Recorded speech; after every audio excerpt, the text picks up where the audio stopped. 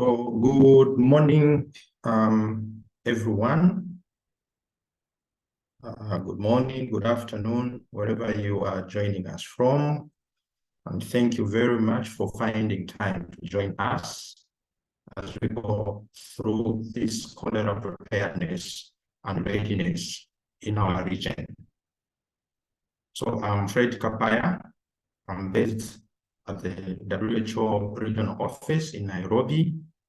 And I wish to welcome everyone to this very important webinar. We are talking about the identification of priority areas for multisectoral interventions, PAMIs, formerly called Hotspots, to develop a national cholera plan for cholera control and cholera elimination. I must indicate that this is very key, very important, because the identification of these small areas where cholera usually starts from is very critical in the development of the National Cholera Plan, as well as the fight against cholera for eventual control and elimination. So it's key and very important that you have joined to learn the new methods that have been developed to try and identify these small areas. Now, as I go on, let me now introduce our presenters for today, for this webinar. So we have Dr. Moriketa, who is our regional advisor on infectious hazards from the World Health Organization regional office based in Congo-Brazzaville. We have Dr. Fred Kapaya from the World Health Organization regional office based in Nairobi.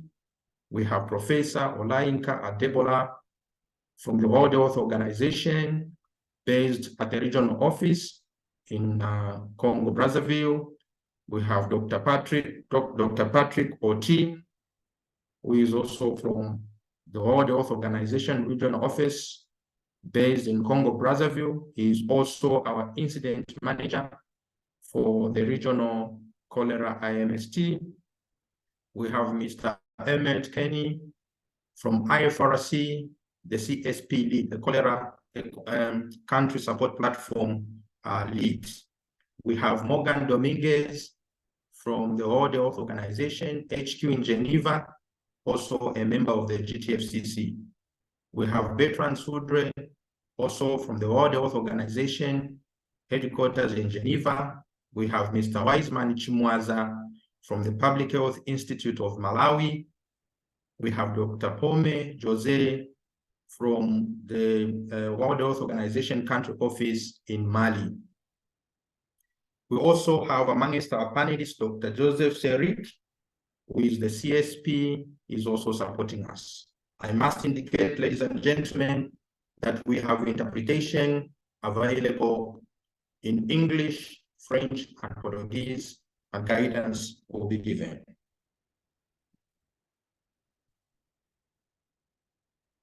Now, I must indicate, ladies and gentlemen, that it is very important in our work, and especially in the UN organization, to ensure that we prevent sexual exploitation and abuse. And we have a code of conduct which we are supposed to adhere to for us to be able to prevent harassment, including sexual harassment, at all our events as the World Health Organization and the UN in general. So this is our agenda. Let me go through the agenda. So we are going to have the opening ceremony. The welcoming and opening remarks will be given by Dr. Moriketa from the regional office in Congo-Brazzaville. Then the objectives of the workshop will be given by Dr. Fred Kapaya. Then thereafter, we are going to give an update on the progress we have made as the African region towards the implementation of the 2030 roadmap on cholera prevention and control. Thereafter, we are going to have a presentation on the identification of PAMIs and National Cholera Plan development by Emmett Kenny, the CSP lead. Then we'll proceed to have a presentation on the GTFCC method for the identification of PAMIs to develop a national cholera plan for cholera control. This will be made very clear during the presentation. And then we're going to have a sharing of a country experience. So Malawi is going to share with us the experience that they've had or they had when they conducted PAMIs for cholera control. After that, we're going to have a presentation on the GTFCC tool for the identification of PAMIs to develop an NCP for cholera control. Then we'll have Q&A. I'll give more details about that. Then we're also going to have GTFCC method for the identification of PAMIs to develop an NCP for cholera elimination. This will be given again by Morgan. And then we're going to have again sharing of country experience. This is going to come from Mali. Dr. Pome is going to share with us the experience of Mali. And then we're going to have a presentation on the GTFCC tool for the identification of PAMIs to develop a national cholera plan for cholera elimination by Bertrand. We'll have Q&A, and we should expect to close our meeting by 11:30. So now regarding questions and the icons that we have. So if you check on your screen, you have the following icons that I want you to concentrate on. We have the Q&A and we have the chat. So during the presentations, we are encouraging members to ask questions using the Q&A feature. So these questions will be answered by the panel members that have just mentioned, and we'll provide answers in French, in English. We also have an opportunity to have live questions, but I must indicate here that we are going to give preference to the Portuguese-speaking colleagues so that they can ask questions. The reason is, among us panelists, there is none of us who can speak Portuguese. So we want them to ask live questions, which will be interpreted, and then we'll be able to provide the answers. So I repeat, we are going to concentrate on the Portuguese speaking to give them a chance to ask live questions. The rest of us, we are encouraging you to use the Q&A, put your question there, and we'll be able to provide the answers. For the chat, you will use the chat feature for questions regarding IT or logistics and introductions. So we expect you to introduce yourself in the chat. And also, if you have any questions regarding IT and logistics, you can put it in the chat and we'll be able to answer accordingly. So interpretation is available in English, French, and Portuguese, and you can access this by clicking the interpretation button. So you click on interpretation and then choose the language that you would like to hear. So to hear the interpreted language only, click mute original audio, as you can see. So if you check on your screen, you will see these features. Live transcription, in case you want live transcription, you can click on show captions and the caption would appear on the screen. And to close the caption, click hide captions, as you can see. Now, the recording of the materials, materials, and the feedback. So I must indicate that this session is being recorded, and we take your attendance as consent to be recorded. The recordings will be shared after the session in English, French, and Portuguese. The session materials, including the session recordings, will also be emailed to the participants in the days following this webinar. Now, as we continue to improve our training programs, we value your feedback. So a survey will be shared at the end of the session. We highly encourage you to share your thoughts and suggestions because your input will help us tailor our future sessions to better meet your needs and expectations. So ladies and gentlemen, thank you very much once again for joining this webinar. At this point in time, I'm now going to call upon Dr. Mori Keita to give us the opening remarks. Dr. Keita. Thank you so much, Dr. Fred. Thanks, everyone. Good morning, ladies and gentlemen. Today, the 21st of September, we are starting a series of cholera preparedness and readiness webinars because of the public health threats this disease has posed to Africa.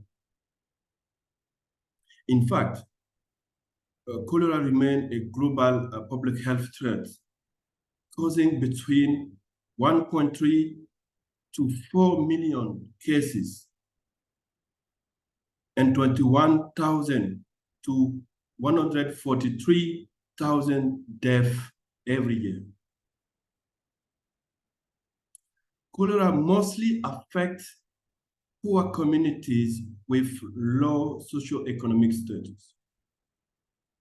The most vulnerable population are those residing in overcrowded areas with limited safe water and sanitation services, including unplanned mass urbanization.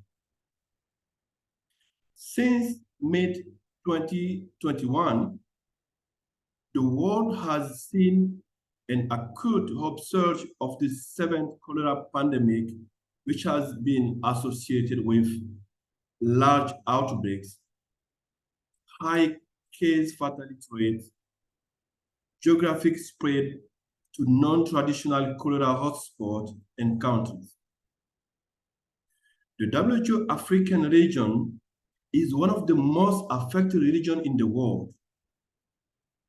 As of 10th of September 2023, the region had already reported cumulatively 142,579 cholera cases and 2,009 deaths, with a case fatality rate of 1.4%.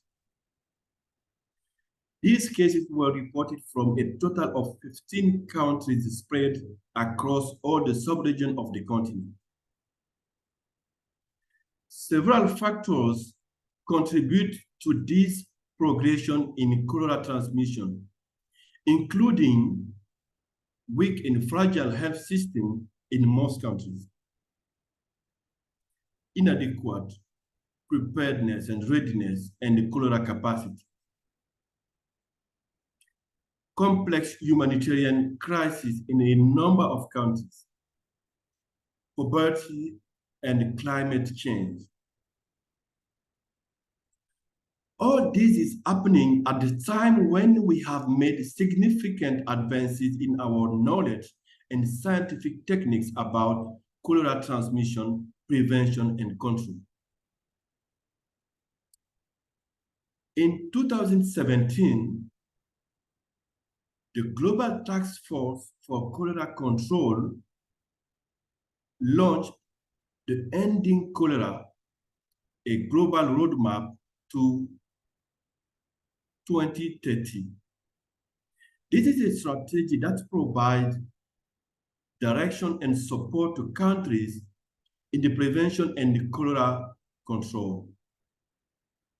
It outlines step-by-step guidance on how to implement the prevention and control strategies to eliminate or control cholera by 2030. To support this global initiative, the WHO African regional member states endorsed the regional framework for the implementation of the global strategy for cholera prevention and control in 2018 in Dakar, Senegal.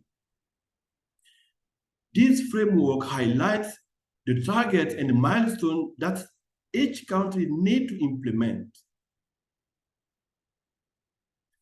But we have noted with great concern that we are quite behind in implementing most of the milestones. These webinar series are intended to build capacity and equip member states with the latest knowledge, tools, and techniques to accelerate the implementation of the regional framework, which will lead to cholera elimination and control in the region. They will cover all the key pillars of cholera control in line with the global strategy.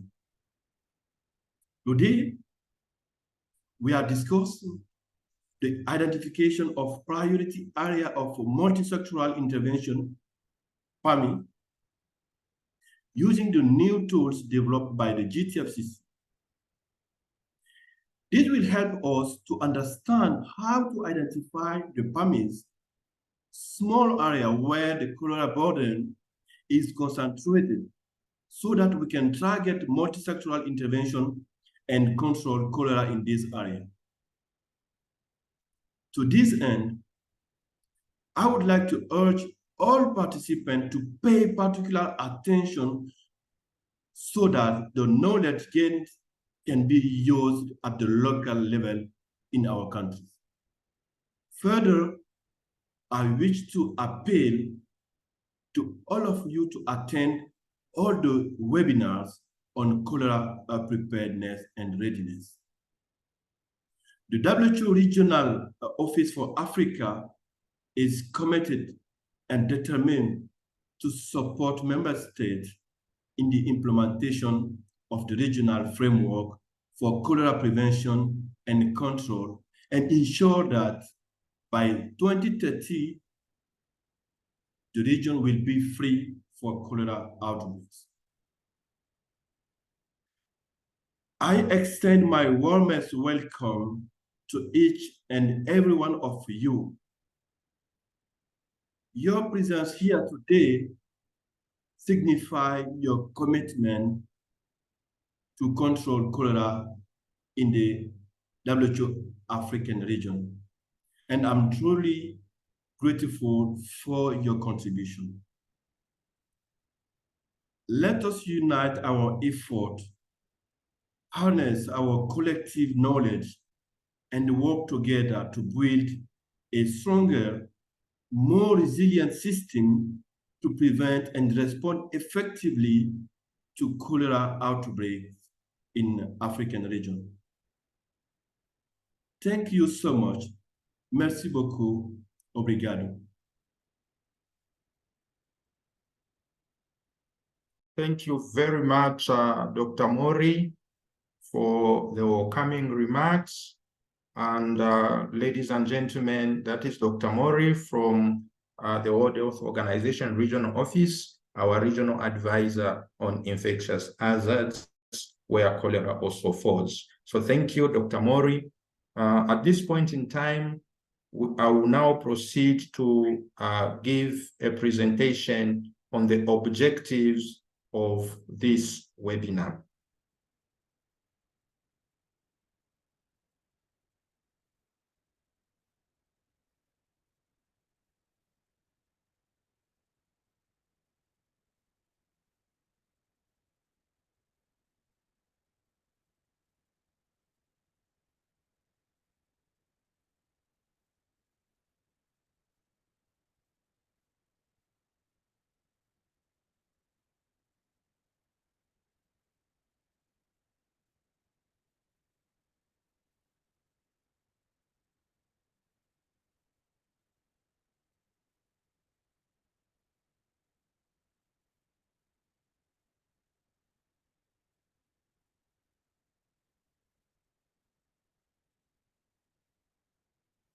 So, Mohammed, I'm not seeing my screen from my side. What could be the issue? You are at the last slide. Go back. So I'm not even seeing anything. Yes, because the last slide is black. Oh, okay. Let me do this.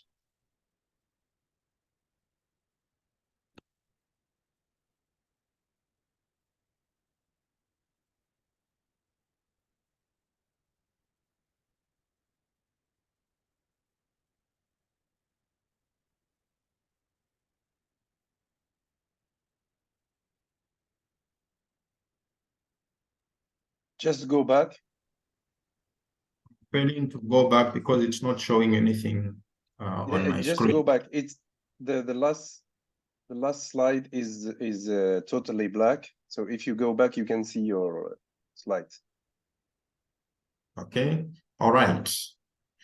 So I hope everyone can see my slides. So Fred Kapaya, I'm going to give the objectives of this webinar. Like has been indicated in the opening remarks, this is one in a series of webinars. We are going to have some more webinars and we'll be able to communicate accordingly. So our general objective really is to orient member states on the new GTFCC method for the identification of priority areas for multisectoral interventions, also called PAMIs, formerly hotspots, for cholera control and cholera elimination. So as you can see, the pictures there are showing you some of the typical areas in the African region where we tend to see cholera. So our aim in this webinar is to exchange knowledge, to learn how we can identify these areas and we target these areas for multisectoral interventions. Our specific objectives is to update member states on the progress made in the implementation of the regional framework for the implementation of the global strategy for cholera prevention and control 2018 to 2030. We also want to highlight the importance of PAMIs, the priority areas for multisectoral interventions in the National Cholera Control or Elimination Plan. We want to orient our member states on how to identify the PAMIs for cholera control and also identify PAMIs for cholera elimination using the new GTFCC method and tools. So in this training, it will be very clear the difference between cholera control and cholera elimination, which we can actually benefit from. We also want to share country experiences on the identification of PAMIs for cholera control and cholera elimination. Our expected outputs, we're saying that at the end of the webinar, member states will be updated on the regional progress in implementing the global strategy for cholera prevention and control, and our member states will be oriented on the new GTFCC method for PAMI or hotspot identification for cholera control and cholera elimination. So ladies and gentlemen, these are the objectives and the expected outputs for our webinar today. And looking at time, please allow me quickly to proceed and give the first presentation on the progress that we have made in the African region towards the implementation of the global roadmap.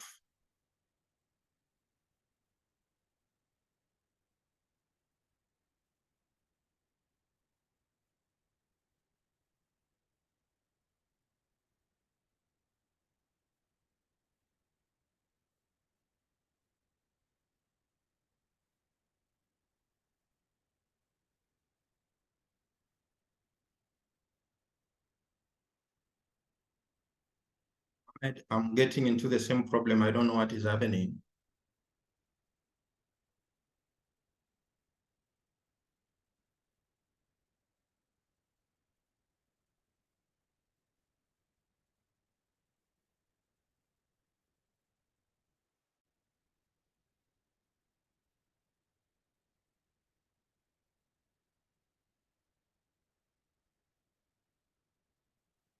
Please confirm, Mohammed, if my slides are visible. Yes, it's visible, but it's not in slide mode. So once I go into mode, I'm getting a blank Yeah, it says it's the end of slideshow. It's the last page of the slide. Please use the arrow on the keyboard to go back. Okay, let me share again and then say sorry.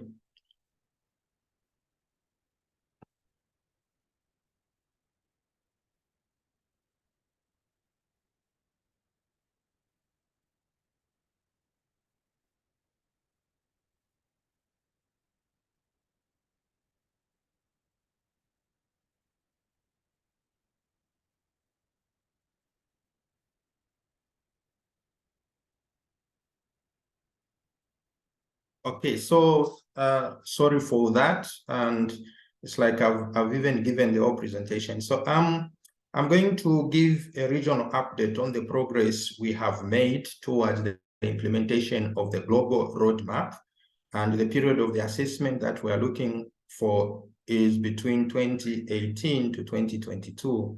Again, my name is Fred Kapaya. So that is the outline of my presentation. We'll look at the cholera situation update in the region. Then we'll look at the Ending Cholera, a global roadmap to 2030. Then we'll talk about the African regional framework for the implementation of the global roadmap, and then the progress made against the roadmap from 2018 to 2022, and then the next steps. So, ladies and gentlemen, first and foremost, I want to give a regional update on the cholera situation. So between January and 19th September 2023, we've recorded a cumulative of 146,653 cases and 2,016 deaths with a case fatality rate of 1.4. And these have been reported from 15 countries in the African region, as you can see, the majority of which coming from the DRC, Mozambique, Malawi, and of course, Ethiopia, and all these other countries. Now, what we need to also realize is that there's been an upsurge of the 7th cholera pandemic since mid-2021. And what we are seeing is that the 7th pandemic, the current one that we're experiencing, has been characterized by large outbreaks associated with high case fatality rates, spread to new areas or non-hotspot traditional areas. So the impact is more in the African region because of inadequate preparedness and readiness in cholera. We also have fragile health systems. We have complex humanitarian crisis, poverty, climate change. All these actually are some of the things that really compound our problem in the African region. When you look at the distribution, you can see the distribution. It's affecting all the regions of the continent. And the epic curve on the right, yes, it may be showing a downward trend, but we are not out of the woods, and we are seeing quite some huge numbers coming from some countries like the DRC, Ethiopia. We have issues in Burundi. We still continue to report cases in Mozambique, and we also continue to see cases in Zambia and other regions. So all the regions in the WHO African region have actually been affected by cholera. And it is even worrying, especially in Southern Africa.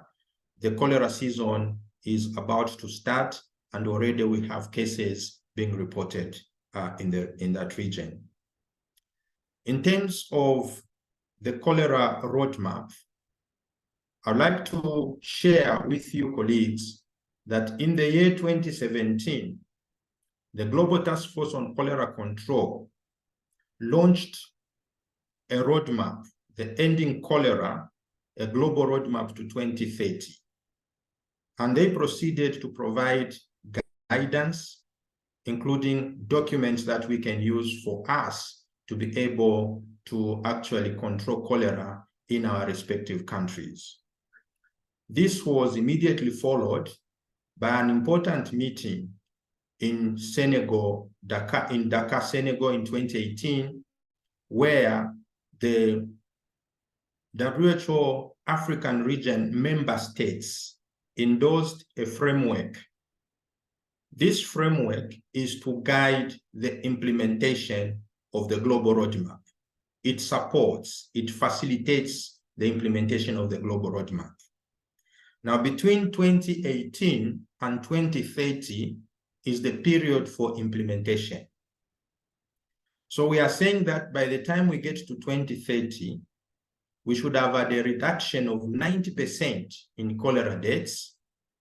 We should have at least 20 countries having eliminated cholera, and we should no longer have uncontrolled cholera outbreaks in the world. When all this is done, it will contribute to accelerating the achievements of the Sustainable Development Goals, especially number 2, 3, 6, and 10. So at this point where we are, basically all the countries are supposed to be in the implementation phase. So let's talk about the Ending Cholera, a global roadmap to 2030 strategy. So the global strategy for cholera control at the country level is this global roadmap that we've talked about. It is supposed to be implemented at country level. And the vision is to achieve a world where cholera is no longer an active public health threat. So the GTFCC proceeded to identify countries that are priority, that should be targeted for interventions. And 47 countries were actually selected. Of the 47 countries, 28 countries are in Africa, in the WHO Afro region, as you can see in the map. Let's talk about the regional framework for the implementation of the global strategy for cholera prevention and control 2018 to 2030, the one that was signed in Dakar, Senegal. This document facilitates the implementation of the global strategy. It describes the priority interventions, the actions, the targets, and the milestones that are needed for us to be able to implement the global strategy. It is to be implemented by all WHO Afro member states. So it is very key that all the member states in the WHO Afro region implement this strategy. It is the one that helps us to implement the global strategy. So when we look at this strategy, first we are saying we have a global roadmap, which is the Ending Cholera Global Roadmap to 2030. Then in the African region, we actually came up with a regional framework for implementing the global strategy. The goal is to reduce morbidity, mortality, and socioeconomic impact of cholera epidemics in Africa. Now, this regional framework has 3 targets. Target 1, we are saying we should be able to contribute to the global goal of eliminating predictable cholera epidemics. Target 1 has 9 milestones. Target 2 says we should be able to reduce by 50% the magnitude of cholera outbreaks, particularly among vulnerable population and during humanitarian crisis by 2022. This target 2 has 7 milestones. And target 3 says we should ensure regular monitoring and evaluation and adaptation of the regional cholera framework. Target 3 has 4 milestones. So we have a total of 20 milestones. If all these are implemented accordingly with the timelines that have been suggested, we are saying that by 2030, we should have an African region free of cholera epidemics. So let's look at how we have performed so far as the African region from 2018 to 2022. So what we did at World Health Organization AFRO, we developed a dashboard to help us monitor or track implementation of the global strategy. So what you see on the left is the dashboard. That is how it comes out. So we shared an online tool for all member states to fill in and submit. So we shared with all 47 countries in the WHO Afro region. Out of the 47, 37 countries submitted the responses. Out of the 37 that submitted, 28 of them indicated that they are cholera-prone countries. So how have we performed by each milestone? So these are the milestones that have put here. So it is clear that we have done well in only 4 milestones. The first of which is hotspot or PAMI. But of course, a lot of countries will need to review because they did their PAMIs or their hotspots a long time ago, and there's a lot that has changed. We also have done fairly well on multisectoral coordination, and then also having strengthened capacities at the local level, and also on AP and lab surveillance strengthened. But we have not done very well in 10 of the milestones. We've done very poorly. On development of the national cholera plans, we are at 43%, with only 6 countries in the African region having fully developed the national cholera plans. These include Ethiopia, Kenya, Sierra Leone, Tanzania, Zambia, and Zimbabwe.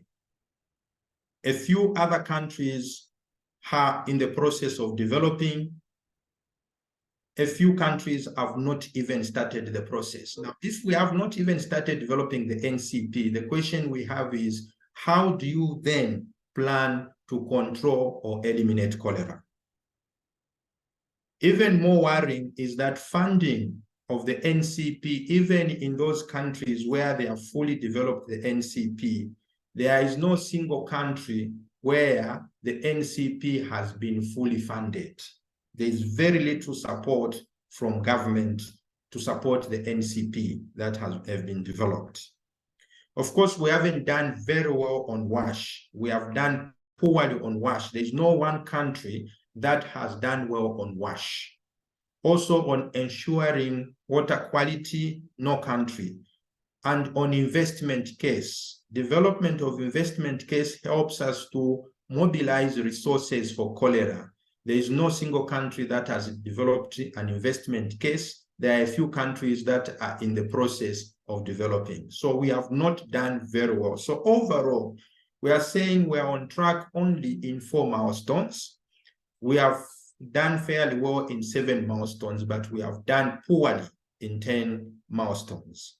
And this is just the period between 2018 and 2022.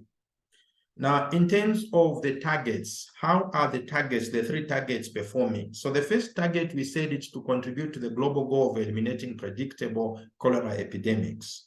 This one has 9 milestones. These are the ones we assessed. We are seeing here that the overall performance in this milestone is 55%. We are standing on 55% between 2018 and 2022. So ideally, we should have been at 100%. Again, we are not doing very well. So we need to do something about it. So there is no country, like I said, with a fully funded NCP. So it is very key, very important for us to look at this. On target 2, on reducing by 50% the magnitude of cholera outbreaks, particularly among vulnerable population and during humanitarian crisis by 2022, we are at 50%. So we have not done very well. So again, here, the problem of WASH and ensuring quality water. This is one of the biggest problems, especially WASH.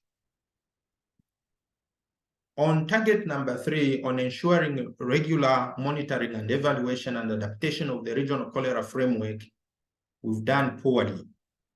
We've done overall 39%. That is how we have performed. What's our overall progress? So in the African region, between 2018 and 2022, we are standing at 53%. Most of these milestones should have been sorted out within this period, and we should be talking about almost 100%, but we are at 53%. We've not done well in target 3, where we are at 39%. Target 2 and 1, we are at 50 and 55%. That's how we have performed. So what next? What are we supposed to do? We would like to encourage all the countries to reflect on the progress that we have made. We'll share with you a comprehensive report so that you can see country performance. We have all this data, and you'll see where each one of your countries is. So we want you to reflect on the progress that you have made so far as a country. As a region, we are doing that, and at the global level, this is also being done. We're also asking that there should be renewed commitment to the fight against cholera at the country level, regional and global levels to ensure effective multisectoral involvement. We have really not done very well on effective multisectoral collaboration and involvement. We also need to conduct regular and more frequent assessments at country and regional levels to inform the intervention. So this assessment, will be doing it more regularly to ensure that we provide some of this feedback for action. We need to advocate for more support to cholera, especially cholera preparedness and readiness, because what we have noted is that in most countries, people begin to talk about cholera only when they have an outbreak. When there's no outbreak, they forget about cholera.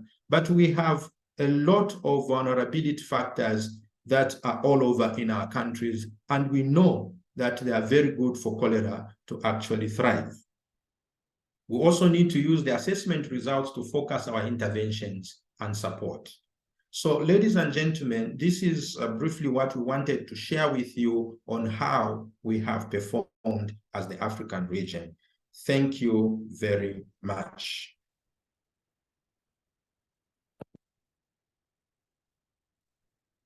So I would like to indicate that, like we said, please post your questions on the Q&A, and we'll be able to attend to those questions.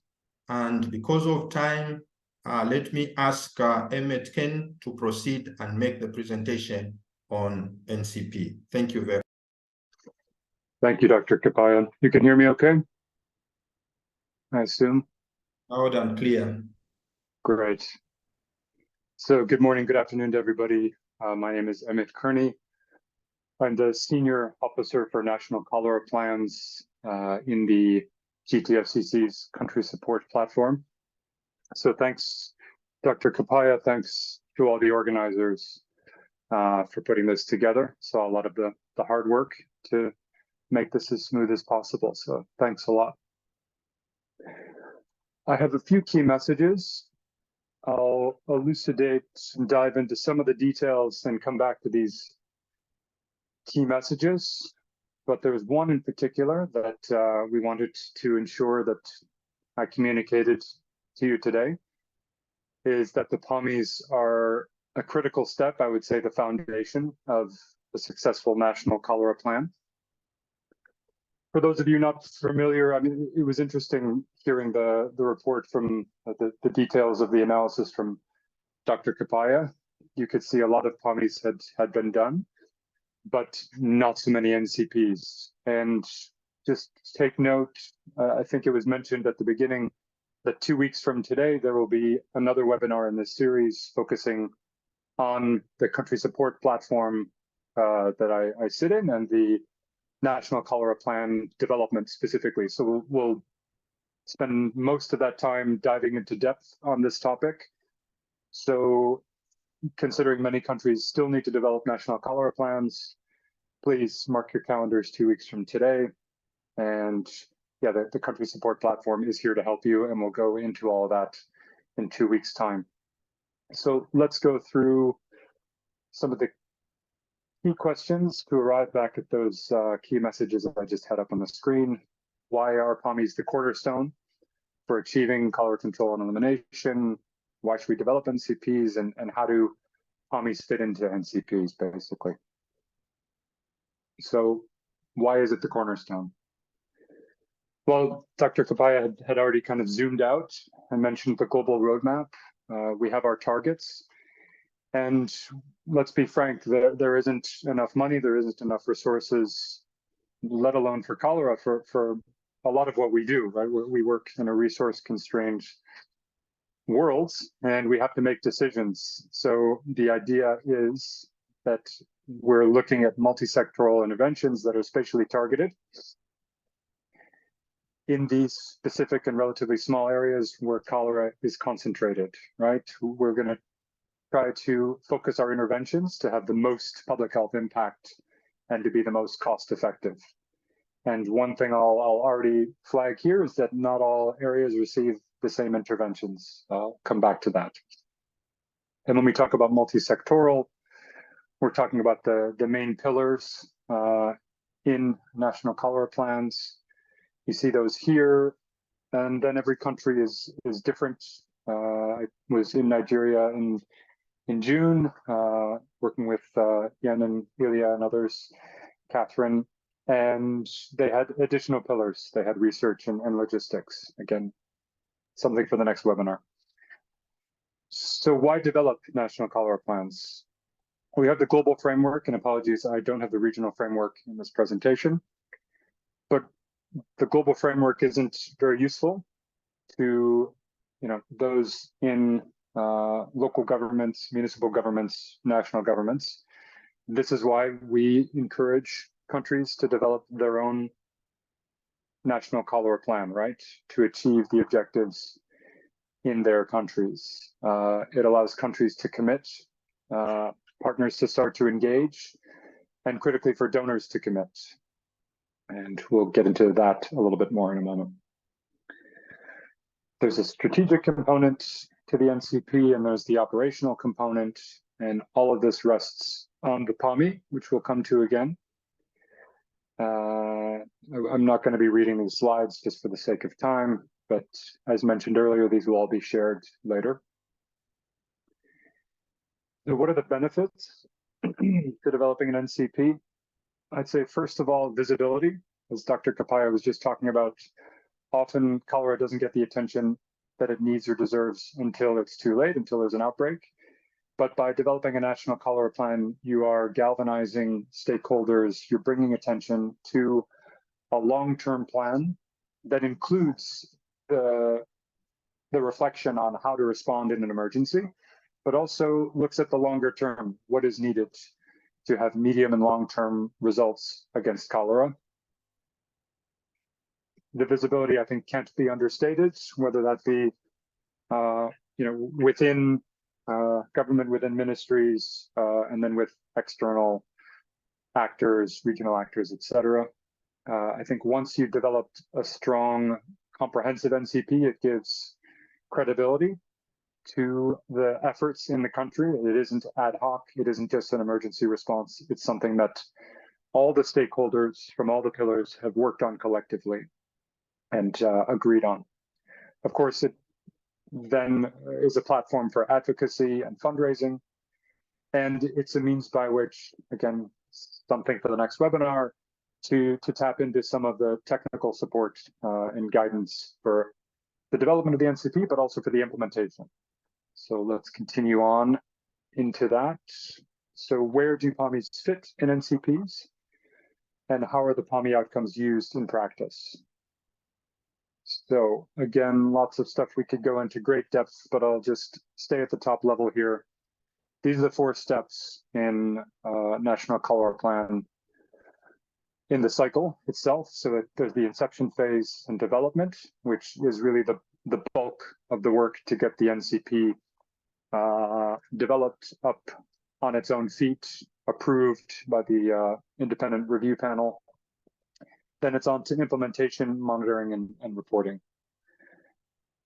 What I'm going to focus on quickly here is on inception and development.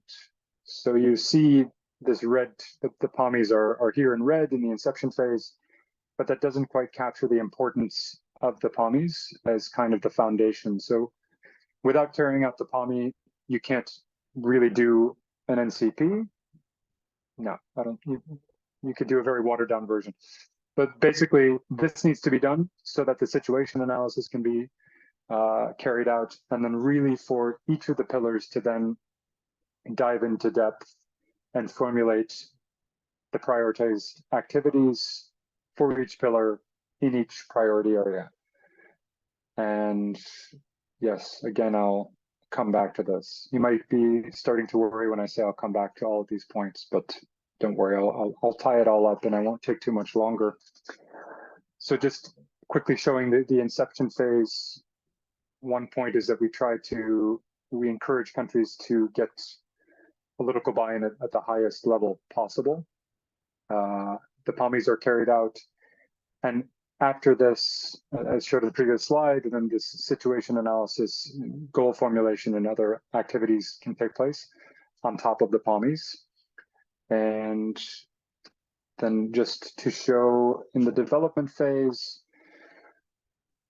you can just look at the bottom here, and not all PAMIs should receive the same multisectoral interventions. I mean, basically, what we're trying to encourage countries and pillar participants to think about is, given resource constraints in each particular PAMI, what would be the short, medium, and long-term activities in each pillar to be ready to respond, and also to work on the long-term control and elimination. In some formerly hotspots, in some PAMI areas, it could be significantly WASH, could be primarily WASH. There might already be good surveillance, but very poor WASH. Or there may be mediocre or average WASH, but some other deficiencies in other pillars. So again, without the PAMI allowing each of the pillars to look at the different areas and look at those epidemiological indicators and other indicators, it's difficult to really tailor the NCP and related activities and plans to the context, right? So it is a really important tool.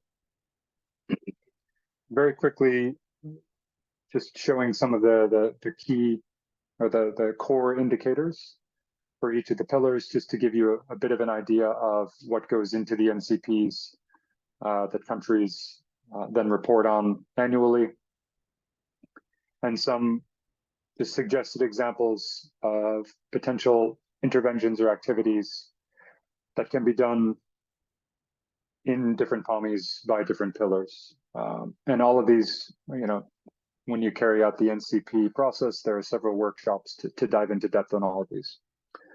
I won't go into any more detail on the process, but just to say that all of the work done in that development phase is then followed up in the implementation phase and the monitoring and reporting phase. So there are some indicators followed up to hopefully demonstrate progress over the years. So I hope I've, as briefly as I was able, to communicate these messages, that how important the PAMIs are. I think that's clear, but really it's all about effectiveness and efficiency. Let's say more efficiency. So maximizing the impact with limited resources.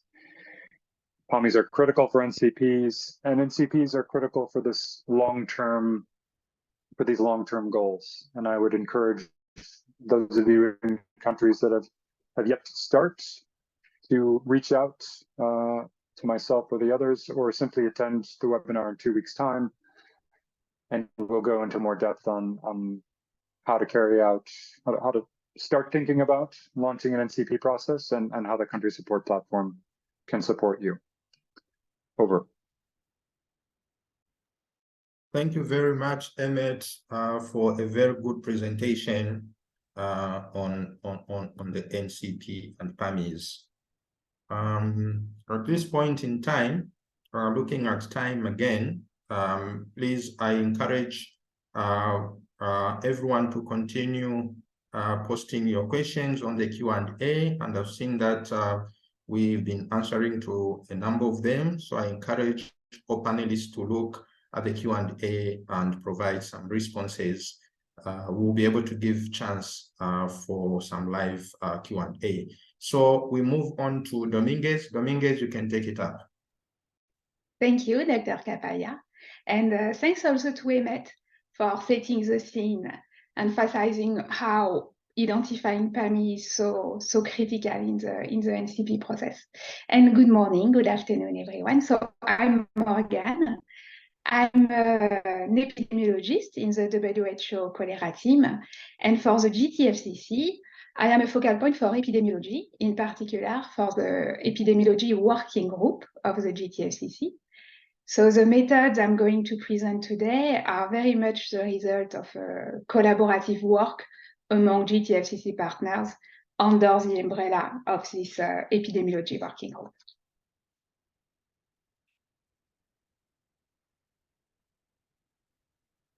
So actually, we have two methods to identify PAMIs. So one is to identify PAMIs to develop an NCP for cholera control. And the other method is to identify PAMIs to develop an NCP for cholera elimination. And at this webinar, I will give two short presentations, one on each of these methods, but we won't necessarily have time to go into all details. So it will not be a detailed technical training on PAMIs, but still I hope I will be able to provide you with some useful orientations regarding when to use each of these two methods, highlight the key principle of each method, also some critical characteristics of the PAMI identification process, and also, and importantly, direct you for you to be able to find additional supporting material and also receive assistance if you need to identify PAMIs in your country. So we have two methods, one PAMIs for control and one PAMIs for elimination. And this is because ending cholera is very much a progressive pathway. So each NCP will set the country's objective for a period which usually is a 5-year period. And as progress are made during the implementation phase of the NCP, then in the next NCP, the objective may be updated. So ultimately, all countries may aim to identify PAMIs for elimination and to actually eliminate cholera. But in the process, it might be necessary to have intermediate milestone with control as an objective for the NCP. And this will be updated along the way as countries progress towards the ultimate goal of eliminating cholera. So why is it that we need two different methods to identify PAMIs? This is because for countries that will identify PAMIs for cholera control, in those countries, usually cholera transmission will still be high or moderate. So in those countries, PAMIs will actually be areas that were most affected by cholera in recent years. And this will be determined based on an epidemiological assessment mostly. Whilst in countries that are developing a NCP and therefore identifying their PAMIs for cholera elimination, it is anticipated that in those countries, cholera transmission would be low or maybe even absent in recent years. So if we were to identify PAMIs using the same method as for control, based on EPI criteria, there would be very, very few PAMIs, or maybe even no PAMIs at all. So we need a different method. And to identify PAMIs for cholera elimination, priority areas will be identified based on the assessment of vulnerability factors. So this was to introduce those different methods that will be presented today. But for this first presentation, from there, I will focus only on PAMIs for control. And then later in the webinar, I will address PAMIs for elimination. So, as I've said, to identify PAMIs for control, the basis is an epidemiological assessment to identify the most affected area. The spatial resolution of this assessment is what we call NCP units. This corresponds to the level at which the NCP will be designed and implemented. And it may depend it may be slightly different in different countries, but usually this is admin 2 level or admin 3 level. And this epidemiological assessment will be based on retrospective data for the past 5 to the past 15 years. Now, the indicators that will be considered in this assessment, we will have cholera incidence, cholera mortality, cholera persistence. And by persistence, we mean the percentage of weeks over the analysis period where cholera was reported in each of those units. And lastly, we may have also some indicator on the test positivity. But actually, this may depend on the representativeness of testing for cholera throughout the analysis period. And there are different scenarios that are detailed in the GTFCC guidance to guide countries regarding whether or not, and if so, how cholera testing should be included in the assessment. I will not go into the details here, but just know that this is further described in the GTFCC material. Then each of these indicators is going to be scored for each of the NCP unit of the country. And for each indicator, the score will range from 0 to 3. And an important point that I would like to flag is that the threshold values for the scoring scale, they are not predetermined, but they will be country-specific. They will be defined according to the distribution of the indicator considered in the country that is undertaking the identification of its PAMI. So there is an example for the mortality indicator to maybe clarify what I mean. So if the threshold values for the scoring scale were predetermined, that would mean that we would be saying if mortality is this percent, then the score of the indicator should be this or that value. This is not what is recommended. It is recommended that the distribution of the indicators be assessed. And then, well, of course, if there are no deaths, the score will be 0 point. But if the mortality is above 0, but below the median of the distribution of the mortality indicators, taking into account units where at least 1 death was reported, then the score would be 1 point. Following a similar principle, if the mortality for 1 unit is above the median, but below the 18th percentile, it would be 2. And lastly, if it is above the 18th percentile, then the highest score will be given to this unit, and that would be 3 points.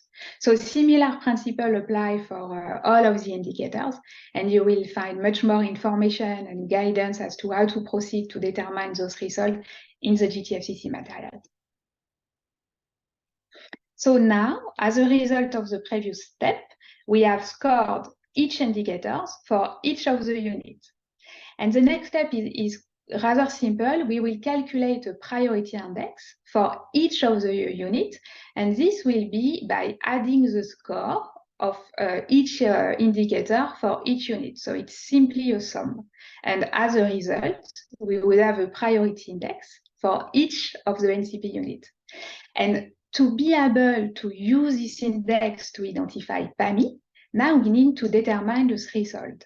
And so units which have a priority index above this threshold will be PAMIs.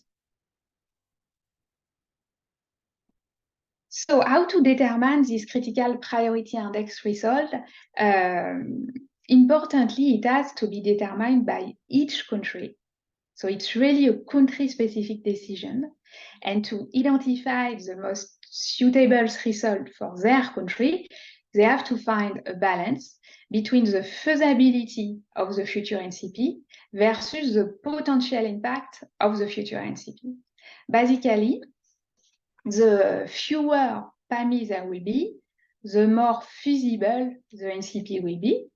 But the more PAMIs there will be, then potentially the more impactful the NCP will be. So we need really to find a balance between those two important criteria, and countries would have to make a very pragmatic decision.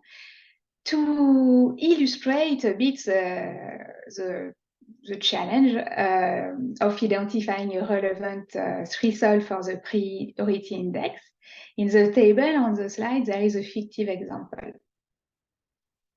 If in this fictive country, the threshold for the priority index were set to 12, which is the highest score for the priority index, then in this country, there would be only 2 PAMIs. So most likely the NCP will be highly feasible, but also it would have a very limited impact to achieve significant progress to control cholera. Now, if the threshold for the priority index was set to 11 in this country, now we would have 7 PAMIs.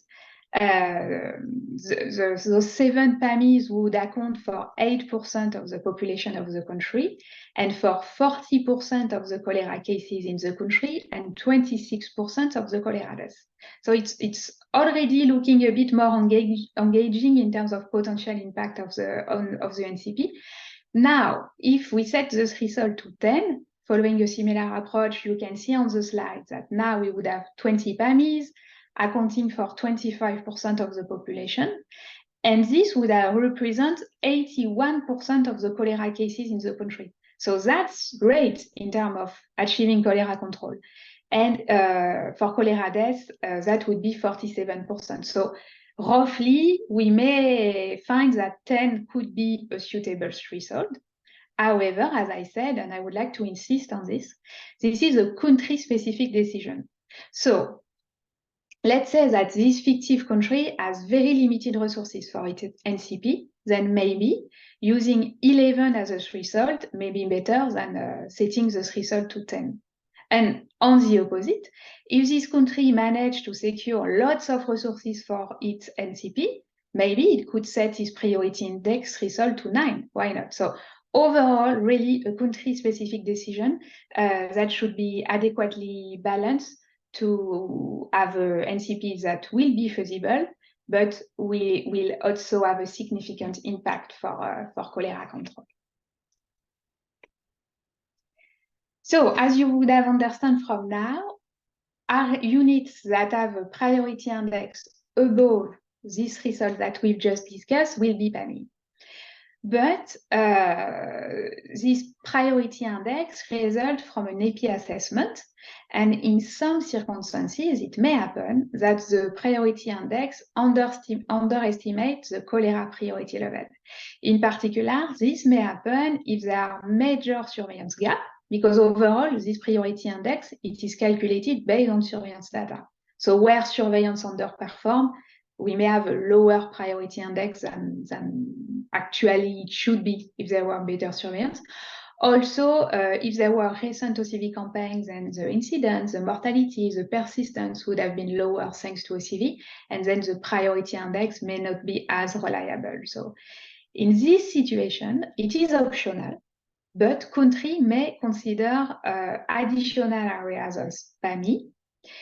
If this is done, it should be documented and justified, and also it should be done in a reasonable manner, meaning that overall, the vast majority of the PAMI will still be those areas with a priority index above the threshold, but a few additional PAMI may be considered. So in the GTFCC material and guidance, you will find more information about what factors can be considered to identify additional PAMIs. And again, this step is optional. So to summarize the method to identify PAMIs for control, units with a priority index above the threshold that has been really defined specifically by and for the country undertaking its PAMI identification, those units are PAMIs. Units for which there are reasons to believe that the priority index may be an underestimate, and for which there are also good reasons to believe that they should be considered as highly vulnerable to cholera. Those units may also be considered as additional PAMIs. Again, this is optional, and again, the number of additional PAMIs should be limited compared to the number of initial PAMIs. And units that don't meet any of these criteria are not PAMIs. So far, I mostly focus on the actual method to identify PAMIs, but I would like to also emphasize key characteristics of the PAMI identification process. So it is strongly, very strongly recommended that the identification of PAMIs be a participative process, and that PAMIs be identified based on the consensus between multiple stakeholders in the country.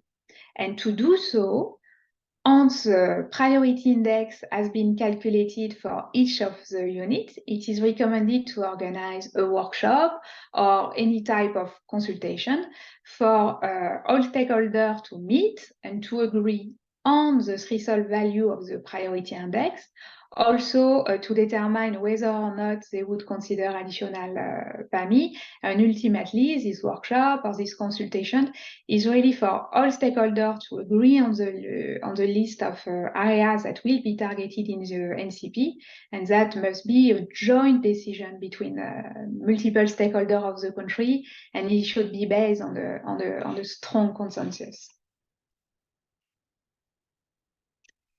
As I say in introducing this presentation today, unfortunately, for lack of time, we cannot go into all details for the identification of PAMIs for control, but some resources have been developed by the GTFCC and are available to help your country identify PAMIs for control. Those resources are available on the GTFCC website in the resource section. Later in the webinar, we will have a presentation from my colleague Bertrand, who would walk you through all of these resources. So I will be quick for now, and Bertrand will detail more what is available in terms of supporting resources. And further to those resources which are available online on the GTFCC website, the GTFCC Secretariat, but also I believe the WHO Regional Office, the CSP, if your country is supported by the CSP, we are also available here to provide you with some technical support when you are identifying your PAMIs, so don't hesitate to reach out.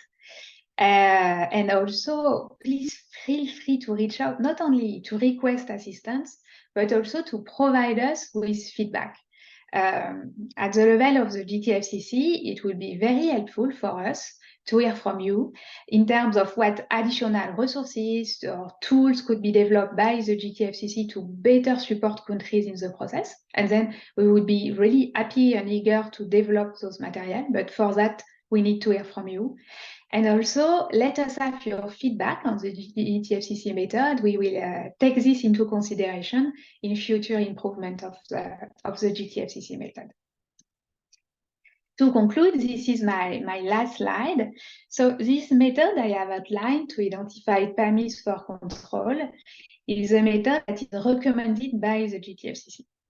And it's quite critical for all countries to follow this method, in particular, if the country plans to submit their NCP for GTFCC endorsement, or if country plan to submit request for preventive OCV, or if countries plan to apply for to receive some rapid diagnostic tests.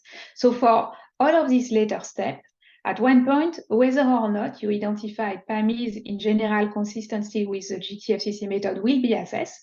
And if not, you are at risk of a negative outcome. So you are strongly encouraged from the beginning to follow this method. But I would like to emphasize that it is not at all a normative method. There is lots of flexibility for countries to actually customize this method to their local context as fit for their country.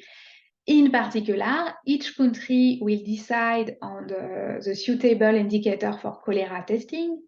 Each country will determine the scoring scale and scoring result for all of the indicators. Each country will determine the relevant priority index result for their country. And lastly, each country will decide on whether or not they want to consider additional PAMI. So indeed, there is a GTFCC recommended method, and this is for the purpose of harmonizing what's being done by the different countries. But importantly, there is really lots of flexibility for countries to customize this method in their specific context. With that, I believe now we will continue on PAMIs for control, and later in the webinar, I will present on the method to identify PAMIs for elimination. Thank you. Thank you very much, Morgan, for that very good presentation on development of PAMIs for cholera control. So at this point in time, ladies and gentlemen, we are going to listen to Malawi. We want to learn their experience because they conducted this process with all that Morgan has actually talked about. So I will now call upon Mr. Wiseman Chimwaza from Public Health Institute of Malawi to give us a presentation on the country experience. Mr. Chimwaza, sir.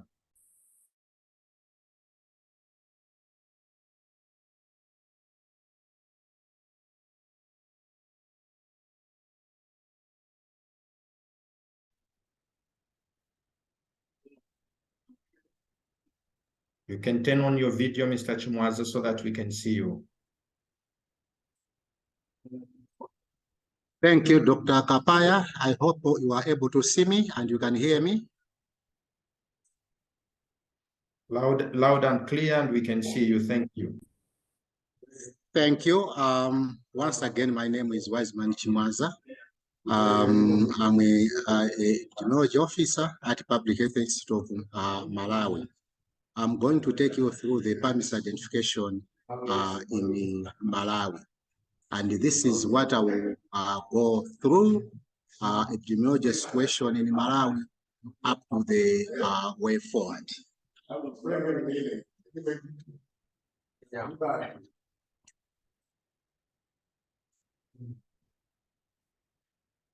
So on the epidemiology situation in Malawi, we need to know in Malawi, the total population is at 18.6 million.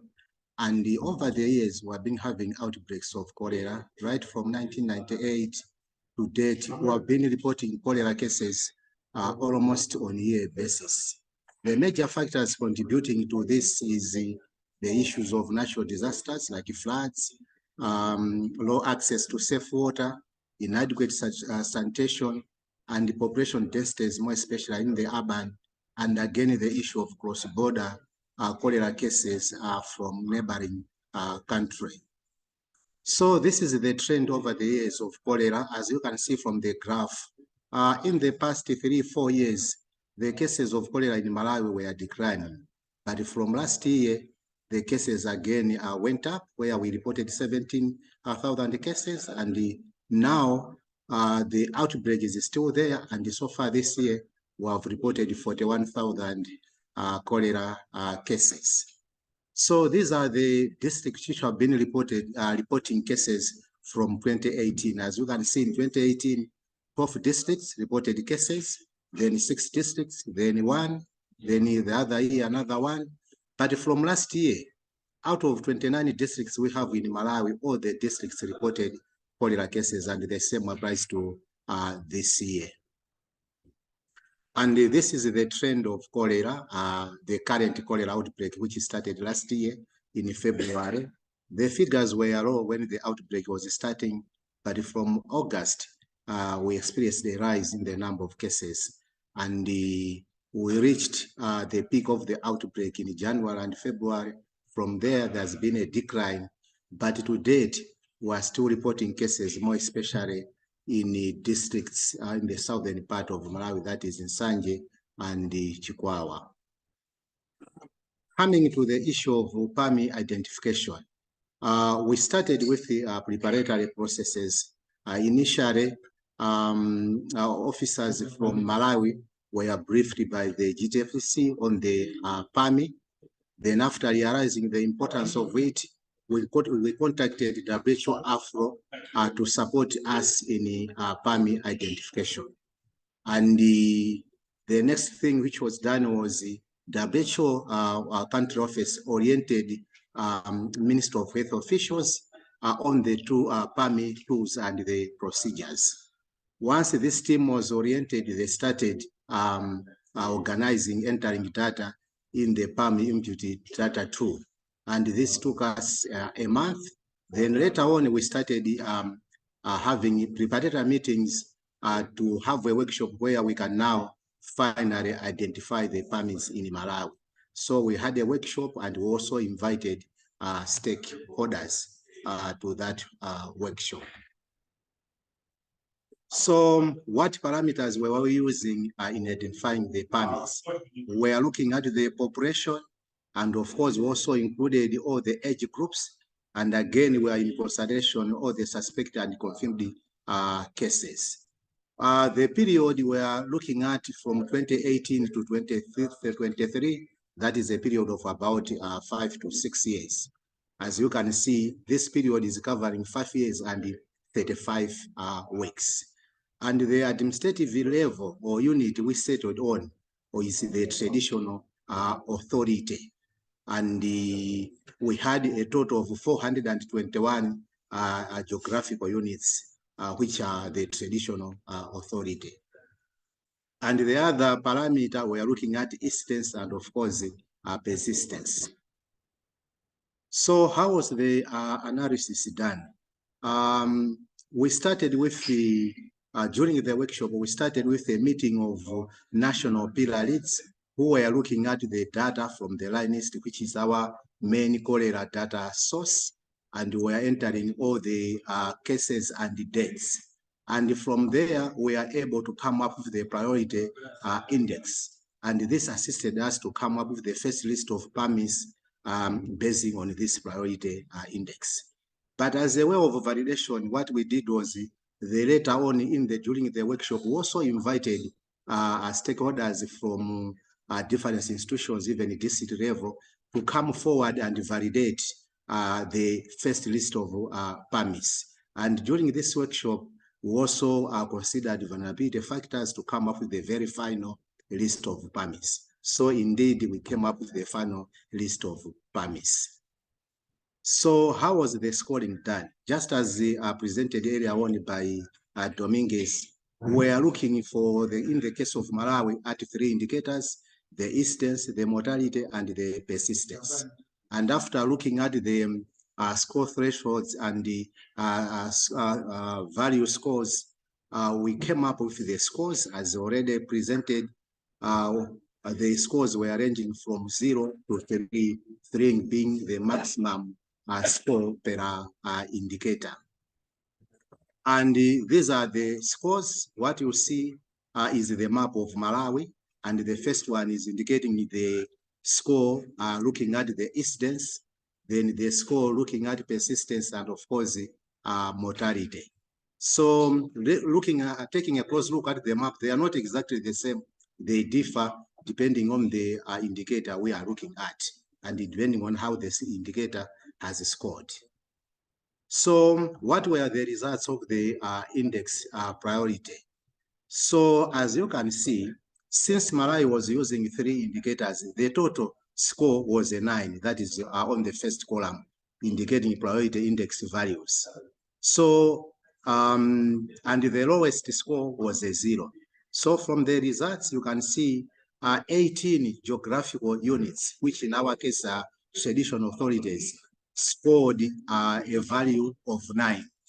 And you can see the breakdown from the table. And you can also appreciate the other factors which were including like the total population and what have you from the table.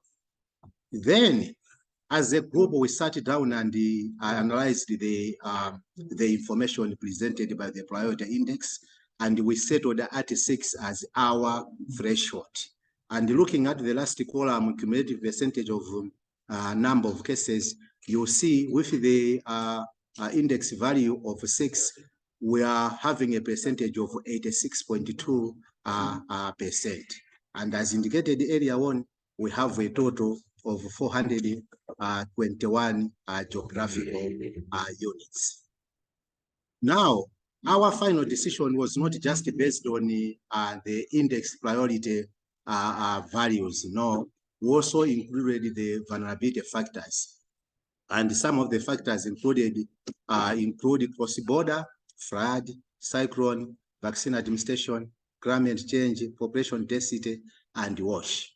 So we used these factors during the last part of our session when we invited the stakeholders to determine what will be our final PAMIs. So we ended up having 121 PAMIs.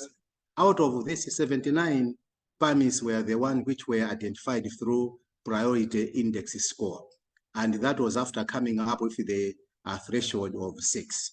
Then later on, after involving more stakeholders and including vulnerability factors in the assessment, we added 42 more PAMIs. That is bringing the total to the 121 I mentioned earlier on. So this is the breakdown of the PAMIs which we identified in Malawi. From the table, you can see we're indicating a district, then the geographical area, which were identified by the priority index, then the other columns for the additional geographical areas. But most importantly, looking at the map, where you see red, these are the geographical areas which were identified by PAMIs using the priority index, then the yellow ones are the additional ones. Of interest is the southern tip of Malawi, where from the map you will see the yellow being the score. But we still included this area because, as indicated by the previous presenter, this area is the area which is very prone to cholera in Malawi. But recently, we had the OCV administration in these areas. So because of that, it was like the incidence rate was a bit lower because of the OCV. But we are mindful of these areas being cholera prone. That's why they were included in the additional PAMIs. So after developing the PAMIs, now our way forward is to come up with the cholera control plan. And the picture you see there is our state president and first lady, plus other senior UN officials. That was the launch of a Detect Cholera or Stop Cholera campaign, which was conducted during the cholera outbreak in Malawi.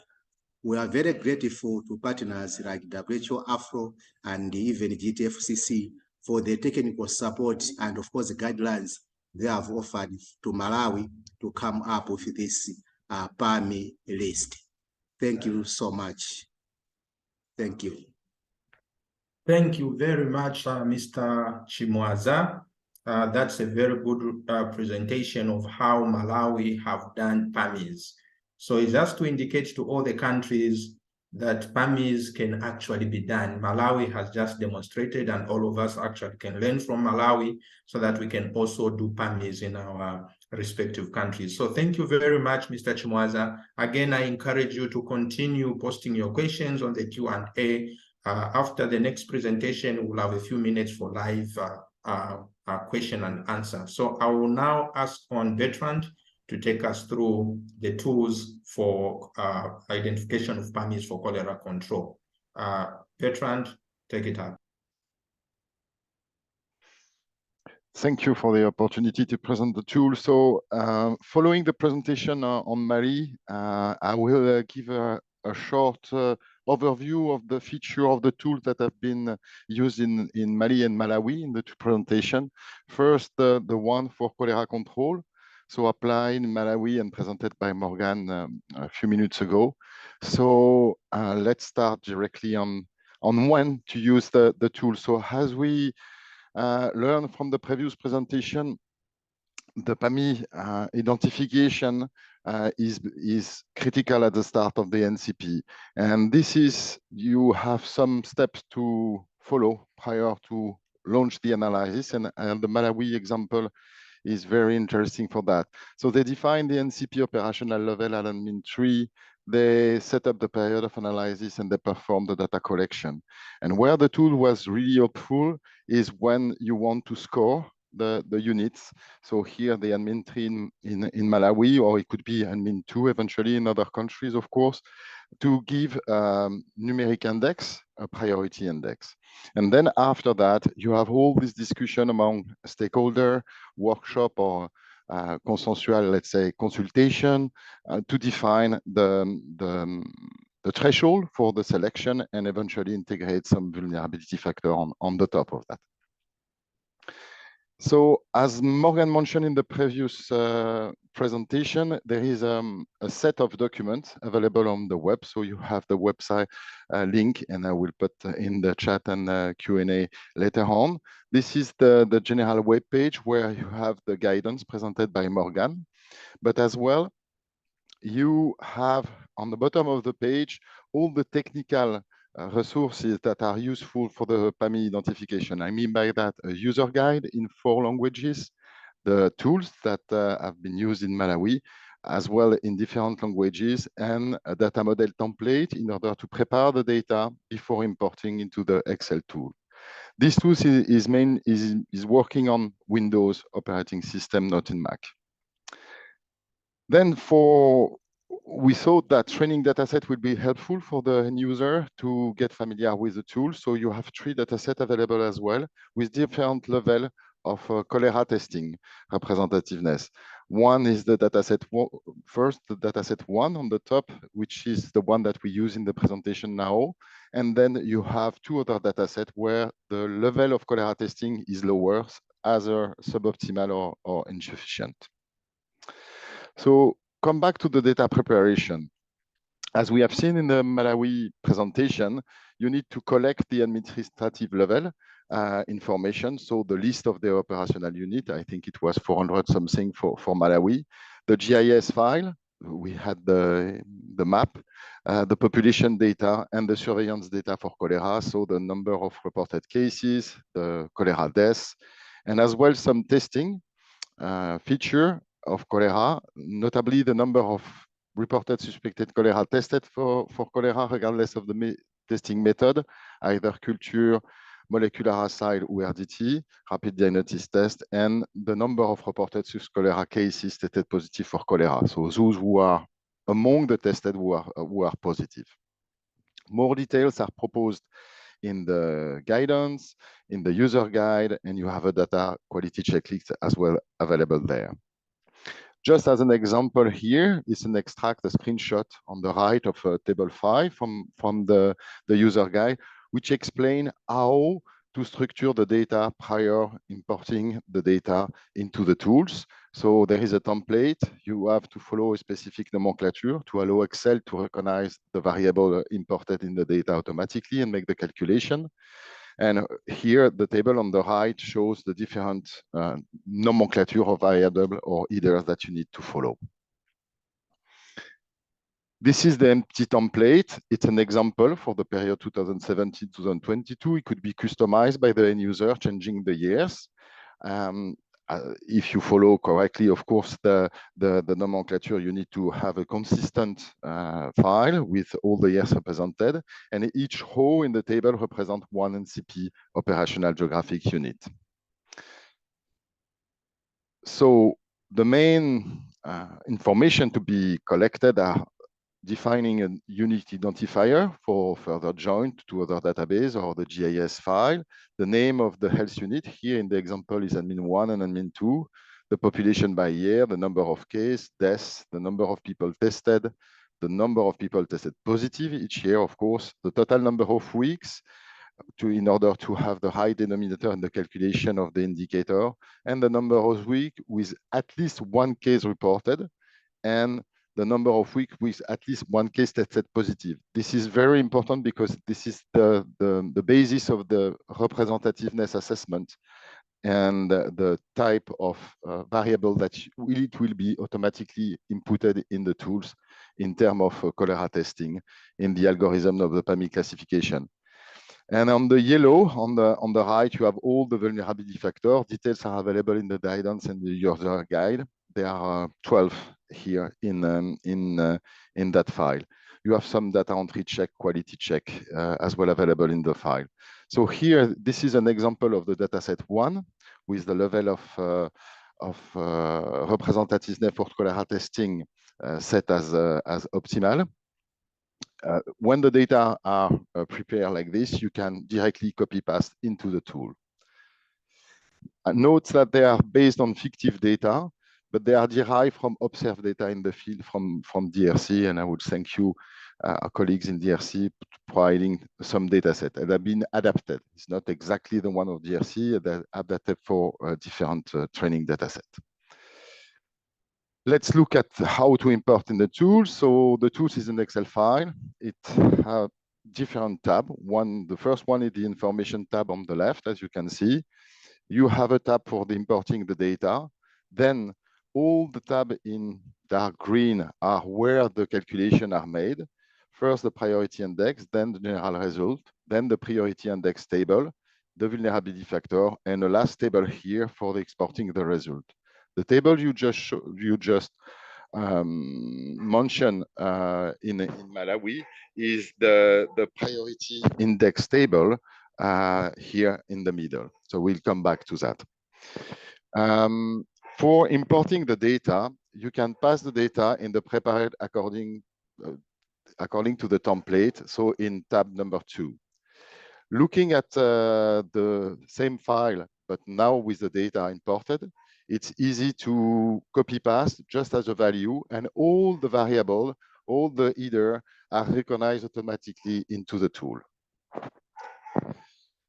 To calculate the priority index, you go to the next tab and you have the calculation already set up for you. So you see the priority index highlight here on the top right, which are the value here ranging from 0 to 12, because all the 3 parameters, incidence, mortality, persistent are there, plus the laboratory results, which were not included into the Malawi example, explaining that was ranging to 0 to 9, according to the scoring rules. So you don't have to make more work, it's automatically calculated. Then if you want to explore and export the result, you look to the next tab. Here on that tab, you have different tables that show on the top a data overview, an epidemiological indicator, and then on the bottom, the testing indicator. If we zoom in, you recognize the screenshot from the Malawi example, where we have the threshold on the right, we have data description of the data set, and here the threshold used for the scoring system.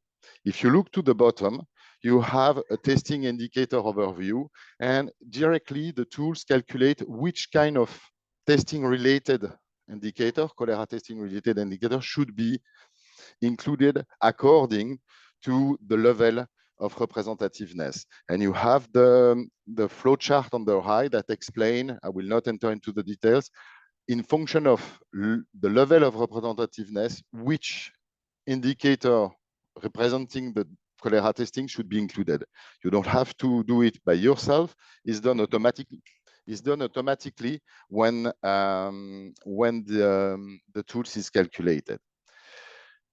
One feature that Morgan mentioned, and as well our colleagues from Malawi, is the priority index threshold definition and discussion by stakeholder, relevant expert during a workshop or a consultation.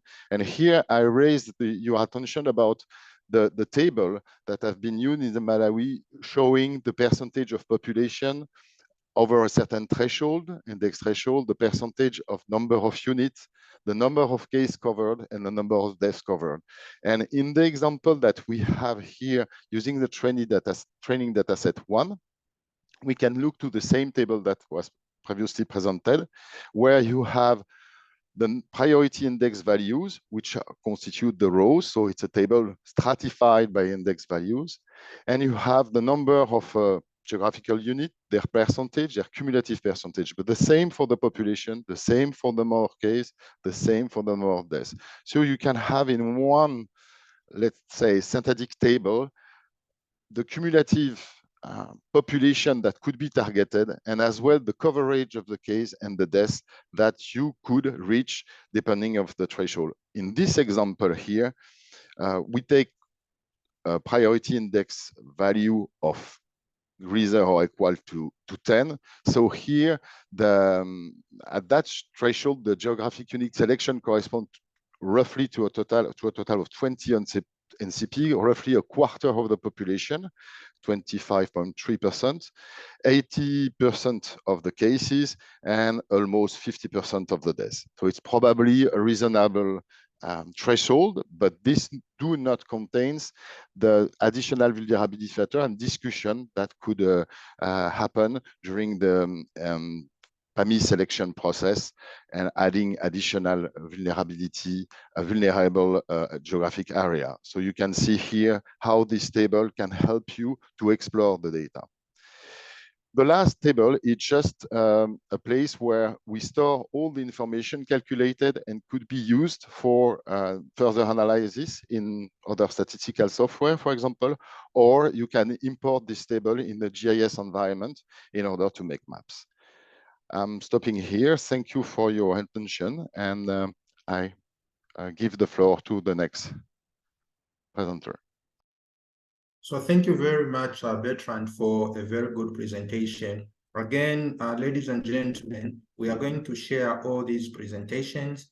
We'll also share with all the countries the tools that Bertrand has talked about, the Excel tools that we can use for us to be able to do this. Also to indicate that you can access support, you can get in touch with us at WHO regional office, and we'll be able to link up with Bertrand, and then we can support you to conduct the PAMIs in the respective countries. So at this point in time, I'm going to give a few minutes just for some questions, live questions and answers. And like I indicated, I really want to give preference to the Portuguese speaking. So we'll start with the Portuguese speaking. If you have any question, or any concern, please indicate by raising your hand, and then we'll give you a chance to ask the question. There are a number of questions that have been attended to in the Q&A. There are a few that are still there, some of which are actual comments. We'll go through that, but let me check those whose hands are raised. I'll start with, is it Chipungu?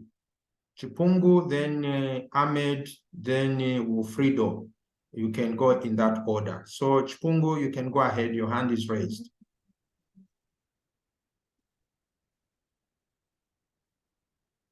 So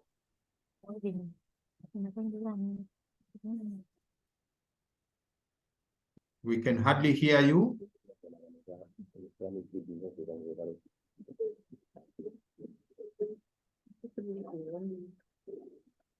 Hello, Chipungu.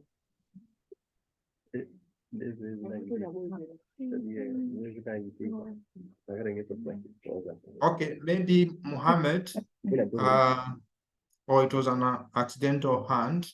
So we can go to Hamid. Hamid can proceed with the question. Hamid. Hello, good morning. Good morning, everyone. Good morning. I hope you can hear me loud and clear. Yes, we can hear you. All right. So, thank you for setting up this webinar. At the same time, thanks for all the presenters. So my concern is about the indicators, specifically the testing indicator. You have presented testing, and one of the indicator, but it has not been clear to me. What kind of testing are we talking about? Is it by RDT or culture? So whenever you're using the indicator, you should know which of the testing are you prioritizing. Is it RDT or culture? Thank you, and over. Thank you very much, Ahmed, for that very good question. So Bertrand will be able to respond to that. Is there any other with a question? I'd seen Alfredo, but I think okay, you can go ahead, Alfredo Santana. Please feel free to use your language. Ok. Bom dia a todos. Muito obrigado pela palavra e pelas apresentações. Acho que é importante, São Tomé e Príncipe. Eu estou no escritório da OMS em São Tomé e Príncipe. Então, São Tomé e Príncipe, nós, a última epidemia de cólera foi em 2005, 2006, se não estou em erro. Bom, é importante para nós essa apresentação e também os métodos, o facto de haver a identificação dos PAMIs e essa componente multissectorial, que é de facto importante. A minha questão aqui é uma questão geral e mais estratégica, é como é que nós podemos encontrar uma forma de ter uma maior integração. Enfim, peço desculpas pela minha ignorância. Se vamos fazer um multirrisco, um plano de multirrisco, não seria preferível todas as componentes, por exemplo, a componente de cólera, a componente de ébola, a componente de meningite, por exemplo, então debruçar-se no plano multirrisco, apoiar os países a fazer o plano multirrisco, decorrente de uma avaliação prévia, STAR ou outros elementos, e fazer um plano só, e desse plano pode haver anexos para poder atingir os problemas de saúde que existem em cada um dos nossos países de potencial epidémicos.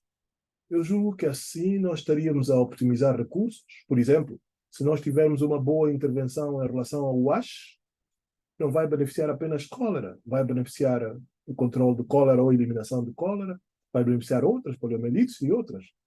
Então, por que não trabalhar nessa abordagem do plano multirrisco, que incluem todos os potenciais problemas de saúde potencialmente epidémico, do que haver um para a cólera, outro para a ébola, outro para um outro problema de saúde, outro para sarampo, enfim. Então, é essa a minha pergunta. Muito obrigado.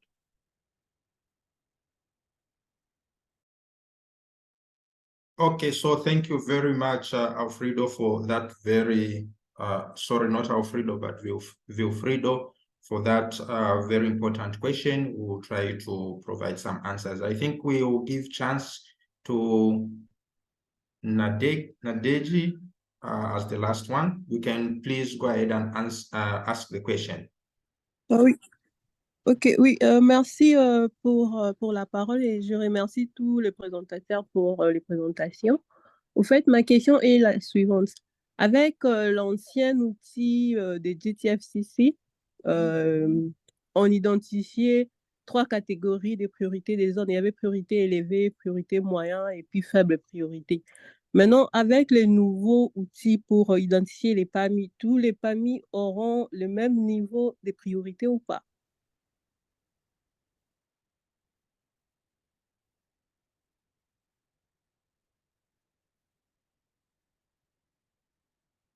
Okay, is that okay? Thank you very much for that question, and I'm sure Morgan and Bertrand have picked those.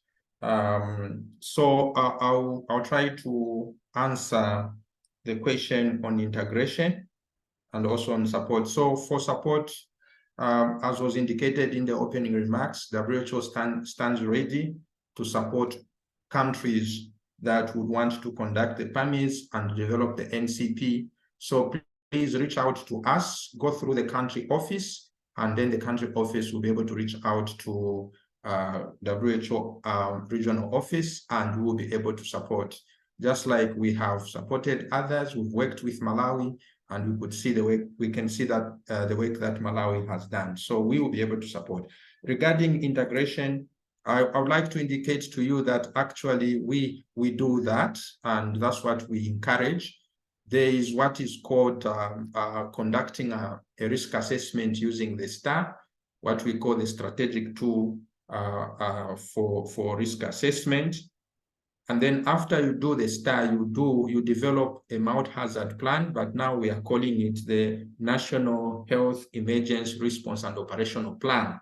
Now that is an overarching plan where all the plans fit in. So all the diseases. So in the STAR, you identify, for example, your top 10 diseases. Then for each disease, you will develop the contingency plan for those diseases. And you develop the NEROP, or the multi-hazard plan.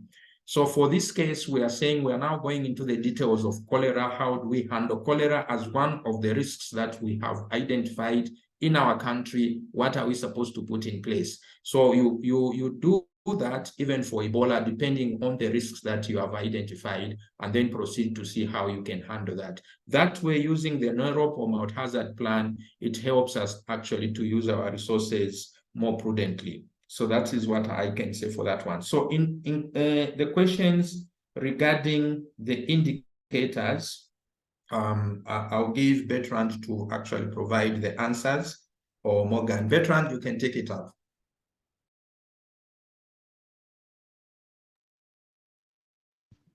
I'm happy to take. Ah, bah non, go ahead, Bertrand.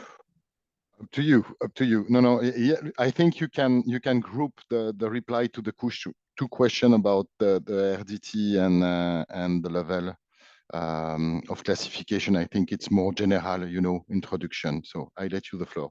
Thank you. Thank you, Bertrand. So the first question was about the test method that should be considered when calculating the testing indicator to identify PAMIs for control.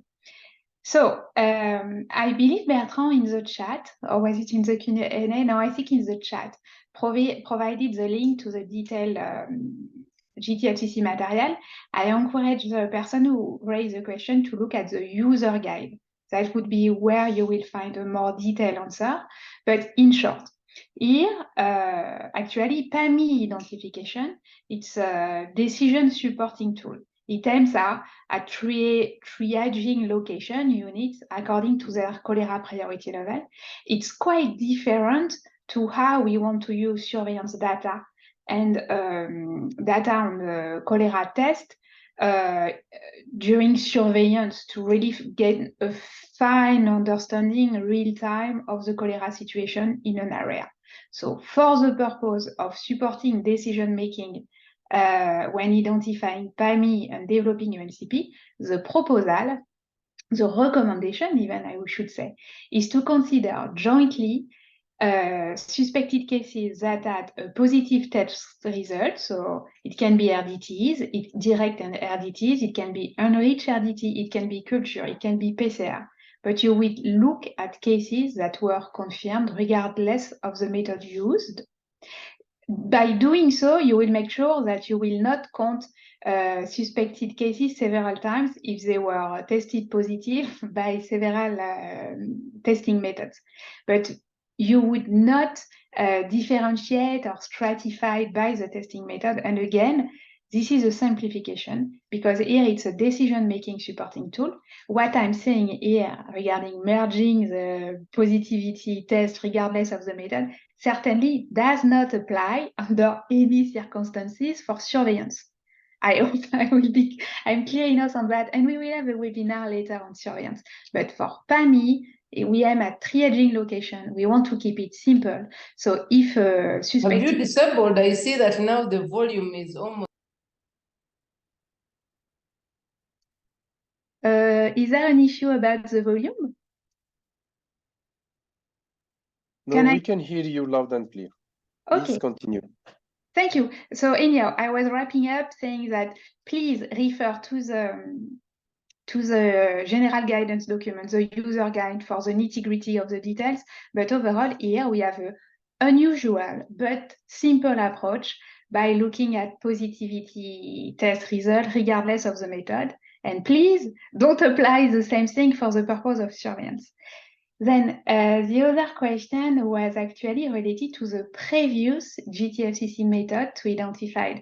At the time, we used to call them hotspots. Now we call them PAMIs, but that's the same thing overall. So the identification of PAMI based on the previous GTFCC method resulted indeed, as the person who asked the question specified, the result was 3 priority level, high, medium, and low. In the new GTFCC method, it's different. It's very much binary. Either you are a PAMI, either you are not.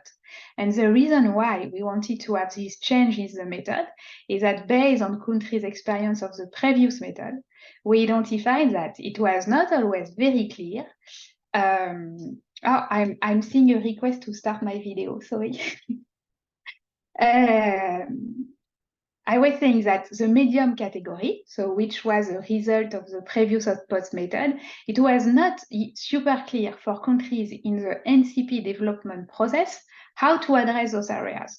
So you had high hotspot, medium hotspot, low hotspot. What should that mean in terms of intervention? Are those priorities areas in your NCP or not? It was a source of confusion. So to improve that, to resolve that, now in the new method, it's quite simple.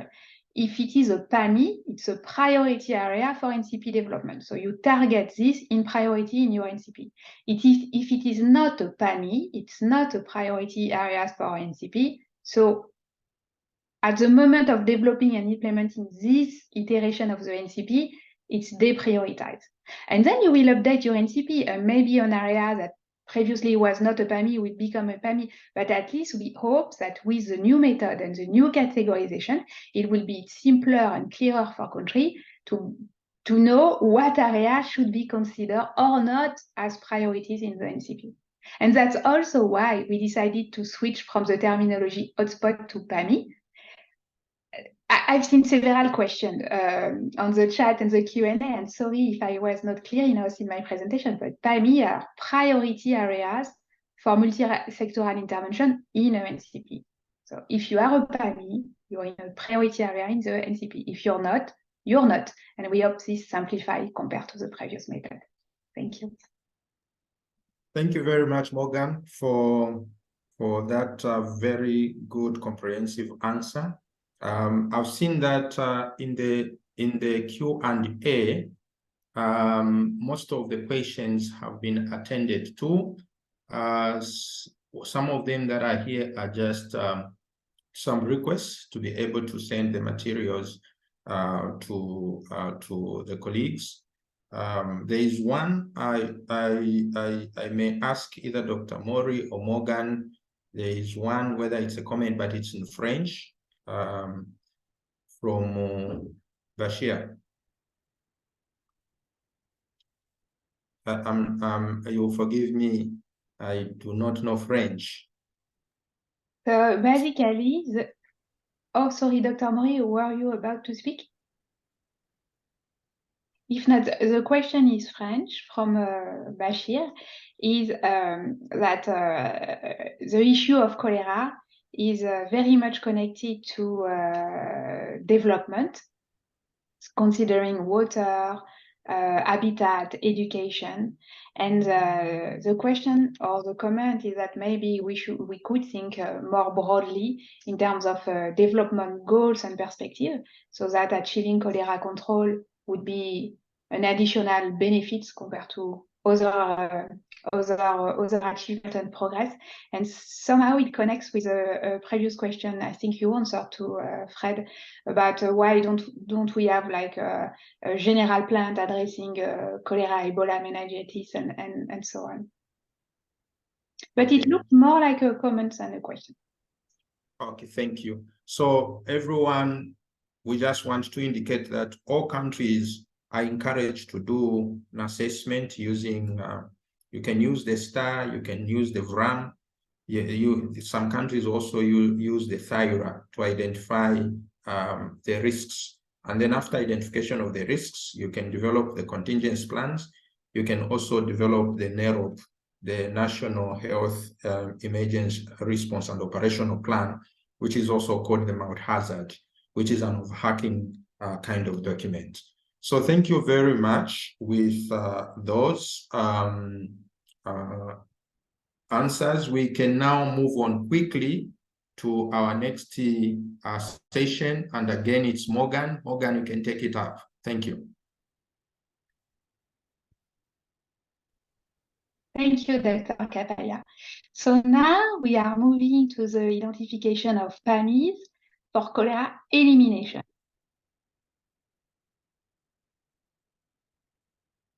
Sorry, I'm hearing French. Sorry, I will try to mute the French translator to be able to present more comfortably.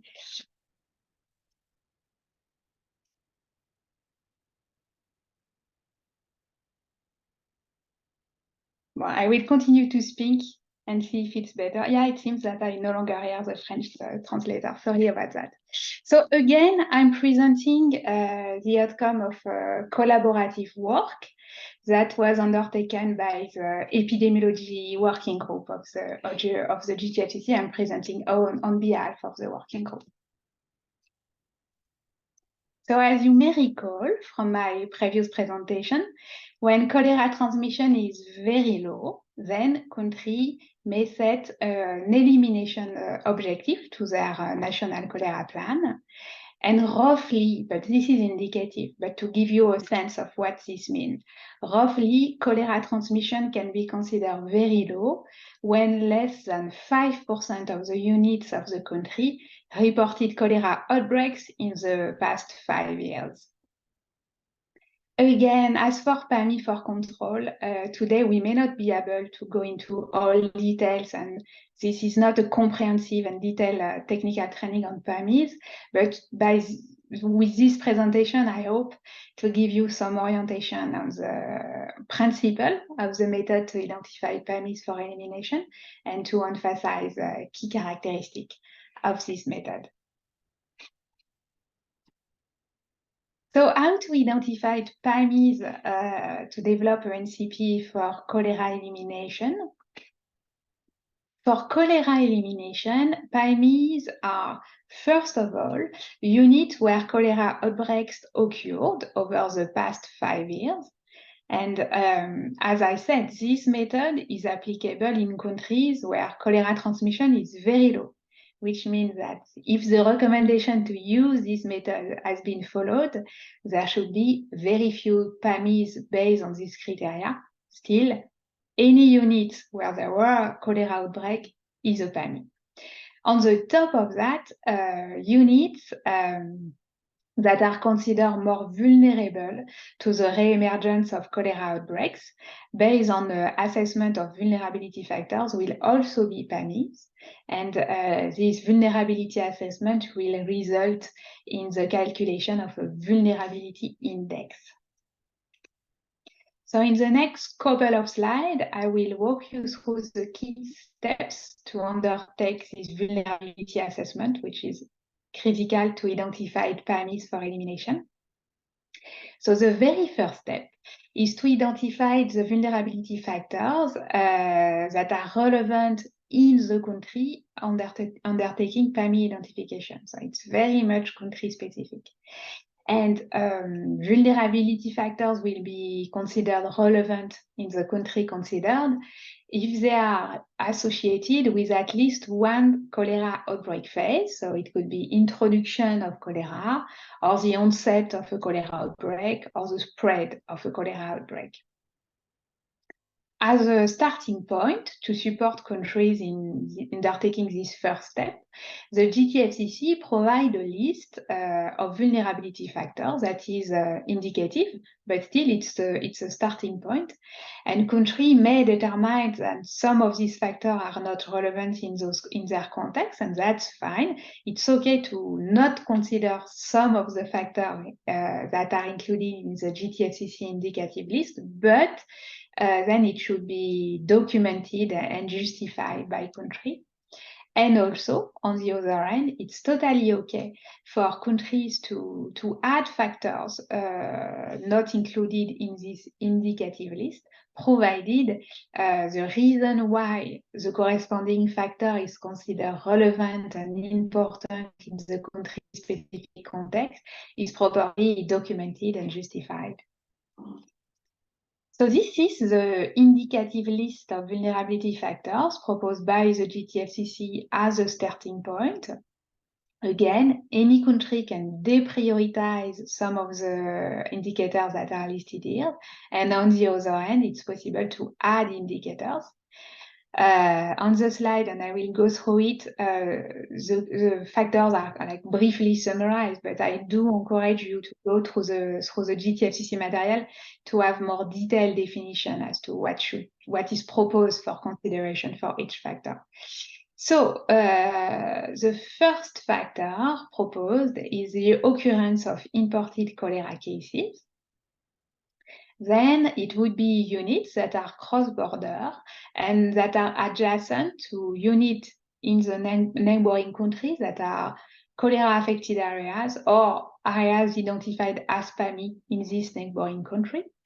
Then being located along major travel routes or units that host major population gathering.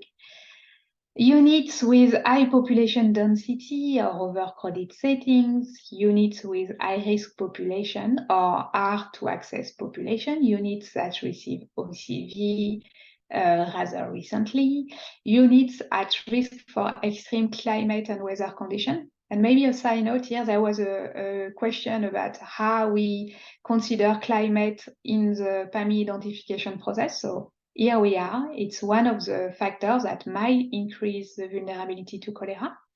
Units that are affected by complex humanitarian emergency, and last, 3 WASH factors: unimproved water facility type, unimproved sanitation facility type, and limited access to hygiene. Again, this list is indicative and much more detail are provided in the GTFCC material as to what should be considered under each factor.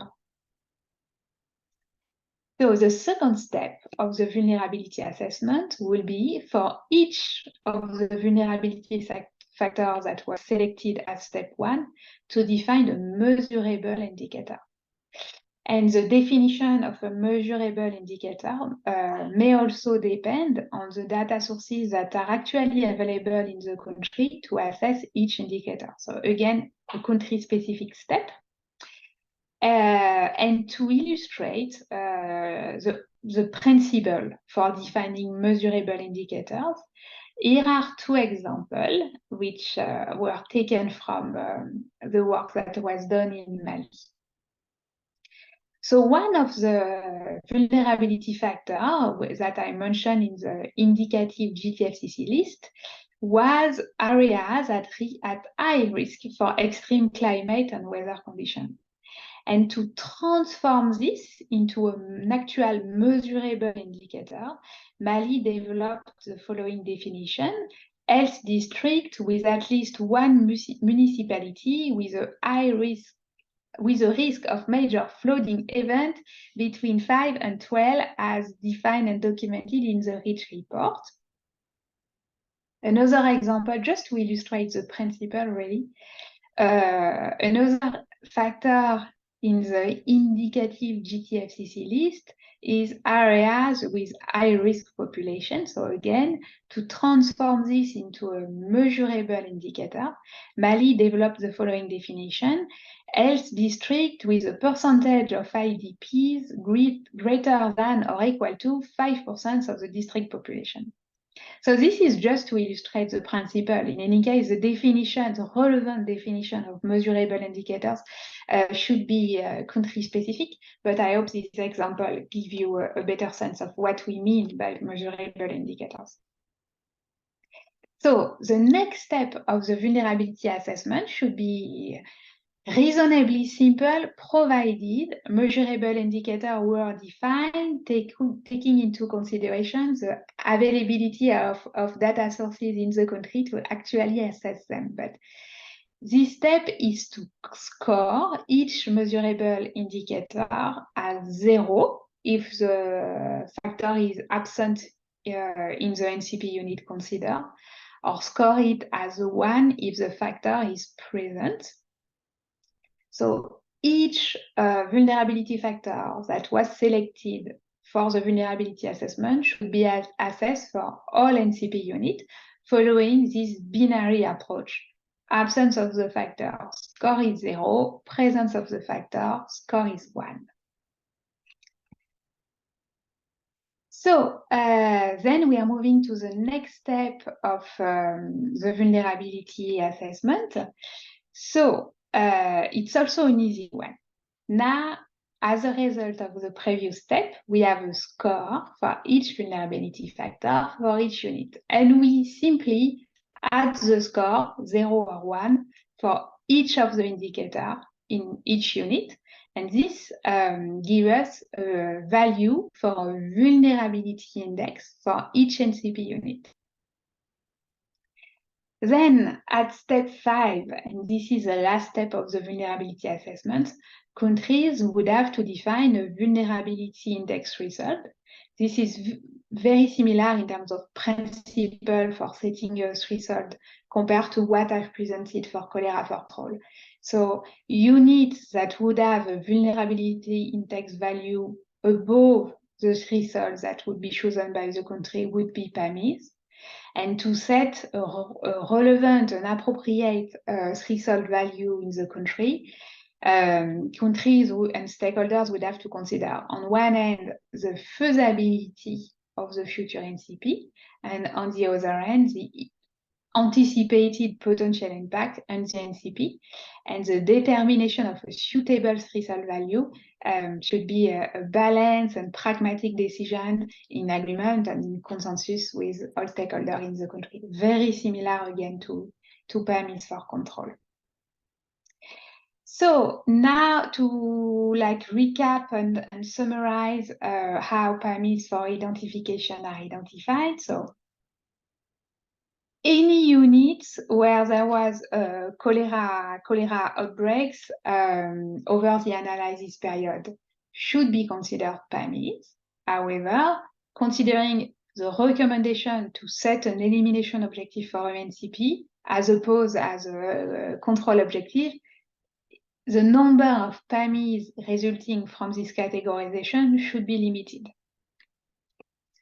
Then any area with a vulnerability index value that would be above the threshold that will be determined as relevant by country stakeholder will also be PAMIs. And any unit which do not meet those criteria will not be PAMIs.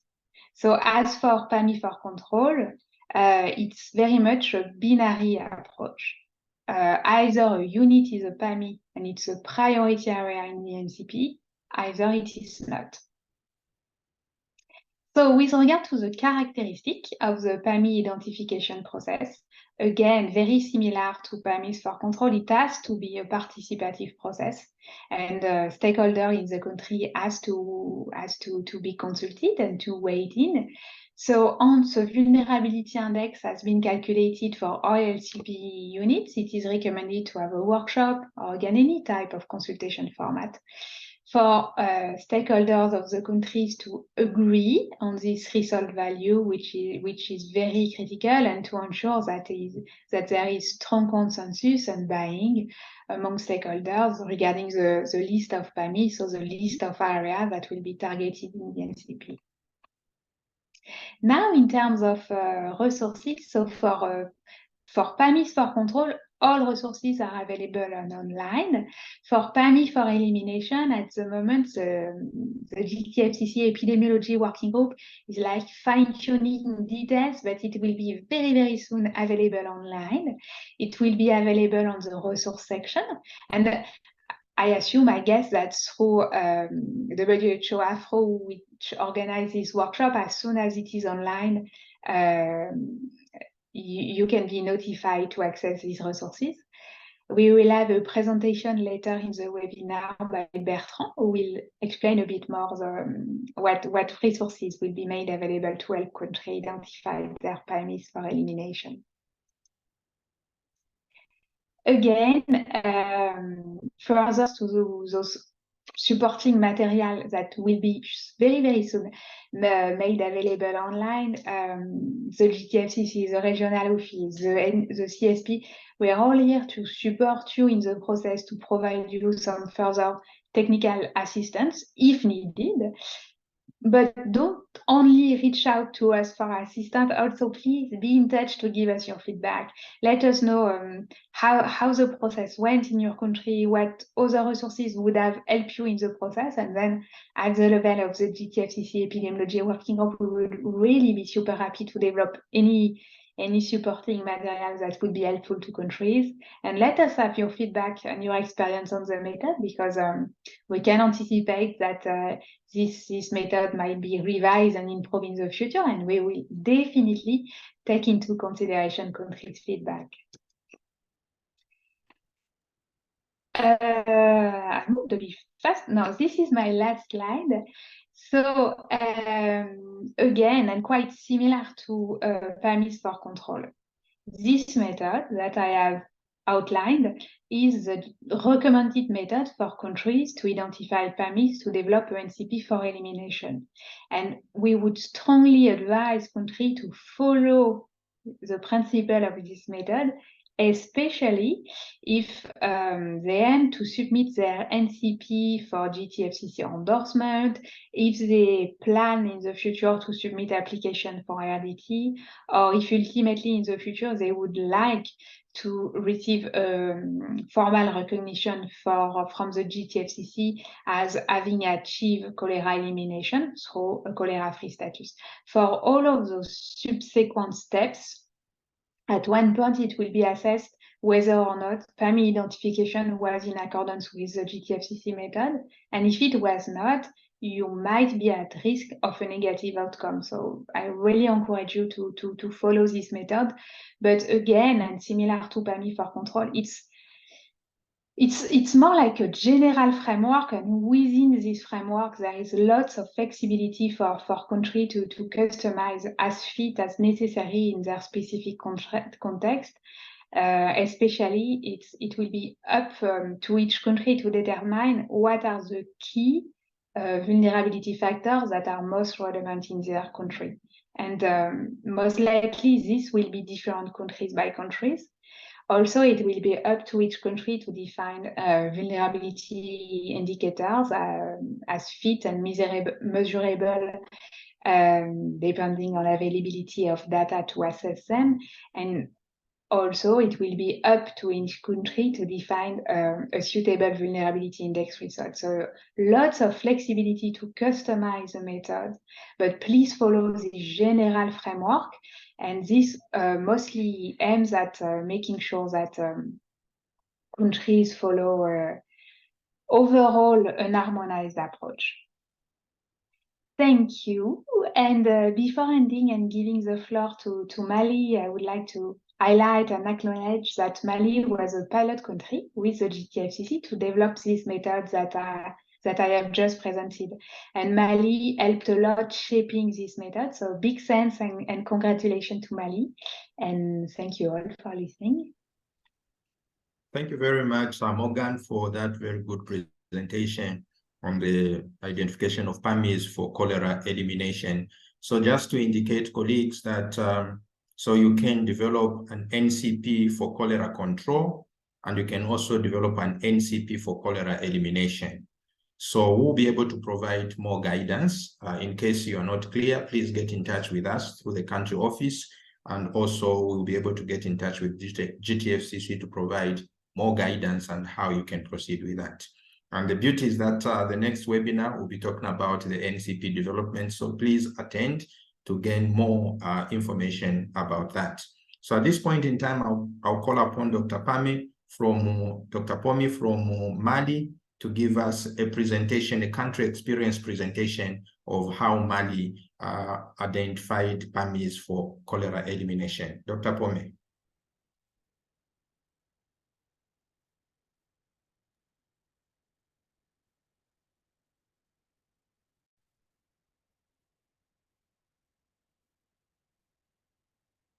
Just to indicate everyone that Dr. Pomi is going to give a presentation in French, so we can go to the interpretation. Bonjour à tout le monde. Je vais ici présenter l'expérience du Mali en rapport avec l'identification des zones vulnérables pour amener à des réponses multisectorielles concertées avec toutes les parties prenantes en vue d'atteindre l'élimination du choléra, qui est l'objectif indiqué par la feuille de route mondiale 2030.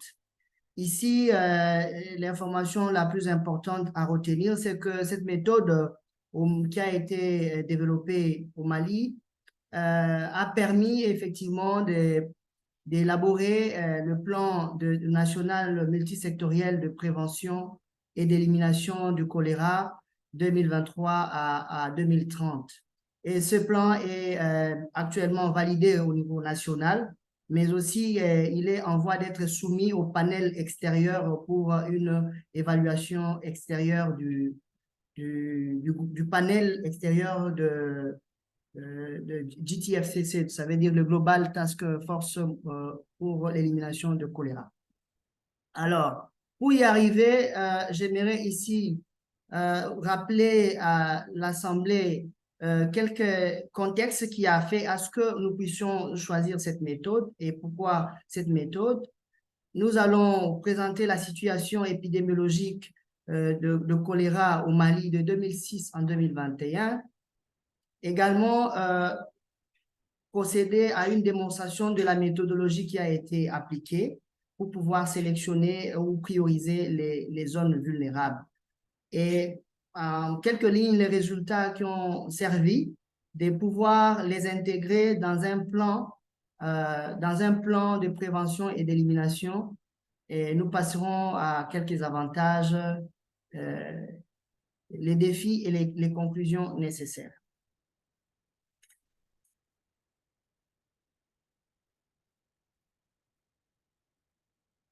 Alors, parlant du contexte, ici, je rappelle que dans le contexte global et en Afrique, il y a la réémergence de choléra, comme vous le savez, mais spécifiquement au Mali, il y a eu une épidémie de choléra en 2021, après 6 ans d'accalmie ou d'épidémie qui n'était pas là. Alors, le Mali est caractérisé par une crise humanitaire prolongée et des mouvements des populations à tout moment, comme vous le savez, avec l'insécurité. Et donc, la population se cherche pour trouver un endroit sécur.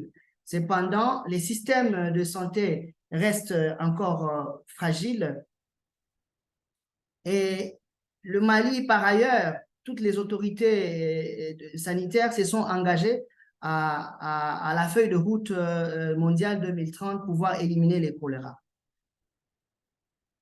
Alors, cette approche nous a facilité, nous devrions à ce moment-là planifier les activités de prévention étant donné que le Mali n'avait pas encore le choléra durant 6 années. On se posait des questions, est-ce que c'est fini ou bien après ça peut encore revenir? Donc, pour nous empêcher de tous les risques possibles, nous avons pensé planifier des activités de prévention, mais aussi des activités d'élimination qui pourront être planifiées dans un plan que nous allons vous présenter tout à l'heure. Mais aussi, au niveau global, il y avait un besoin d'une certaine méthode cohérente pouvant identifier les districts à risque dans un contexte où il y a faible incidence et d'une certaine mortalité élevée telle que le Mali.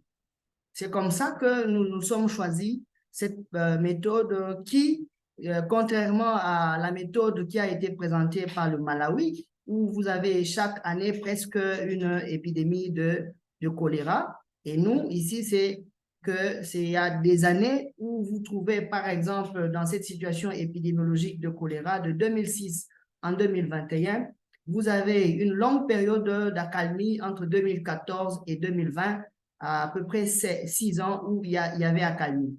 Mais chaque fois quand il y a eu l'épidémie, par exemple en 2021, voilà que la létalité est allée jusqu'à 38%. Donc, un sérieux problème de santé publique pour pouvoir prévenir toute éventuelle réémergence au niveau du Mali. Alors, en tentant d'essayer avec la méthode d'incidence, regardez comment au Mali de 2008 à 2021, l'incidence a représenté plus ou moins certaines zones que nous avons classifiées de cette façon-là, mais c'est pendant que ces zones-là devaient être reparties dans tout le pays. Et en 2021, nous avons eu 12 cas.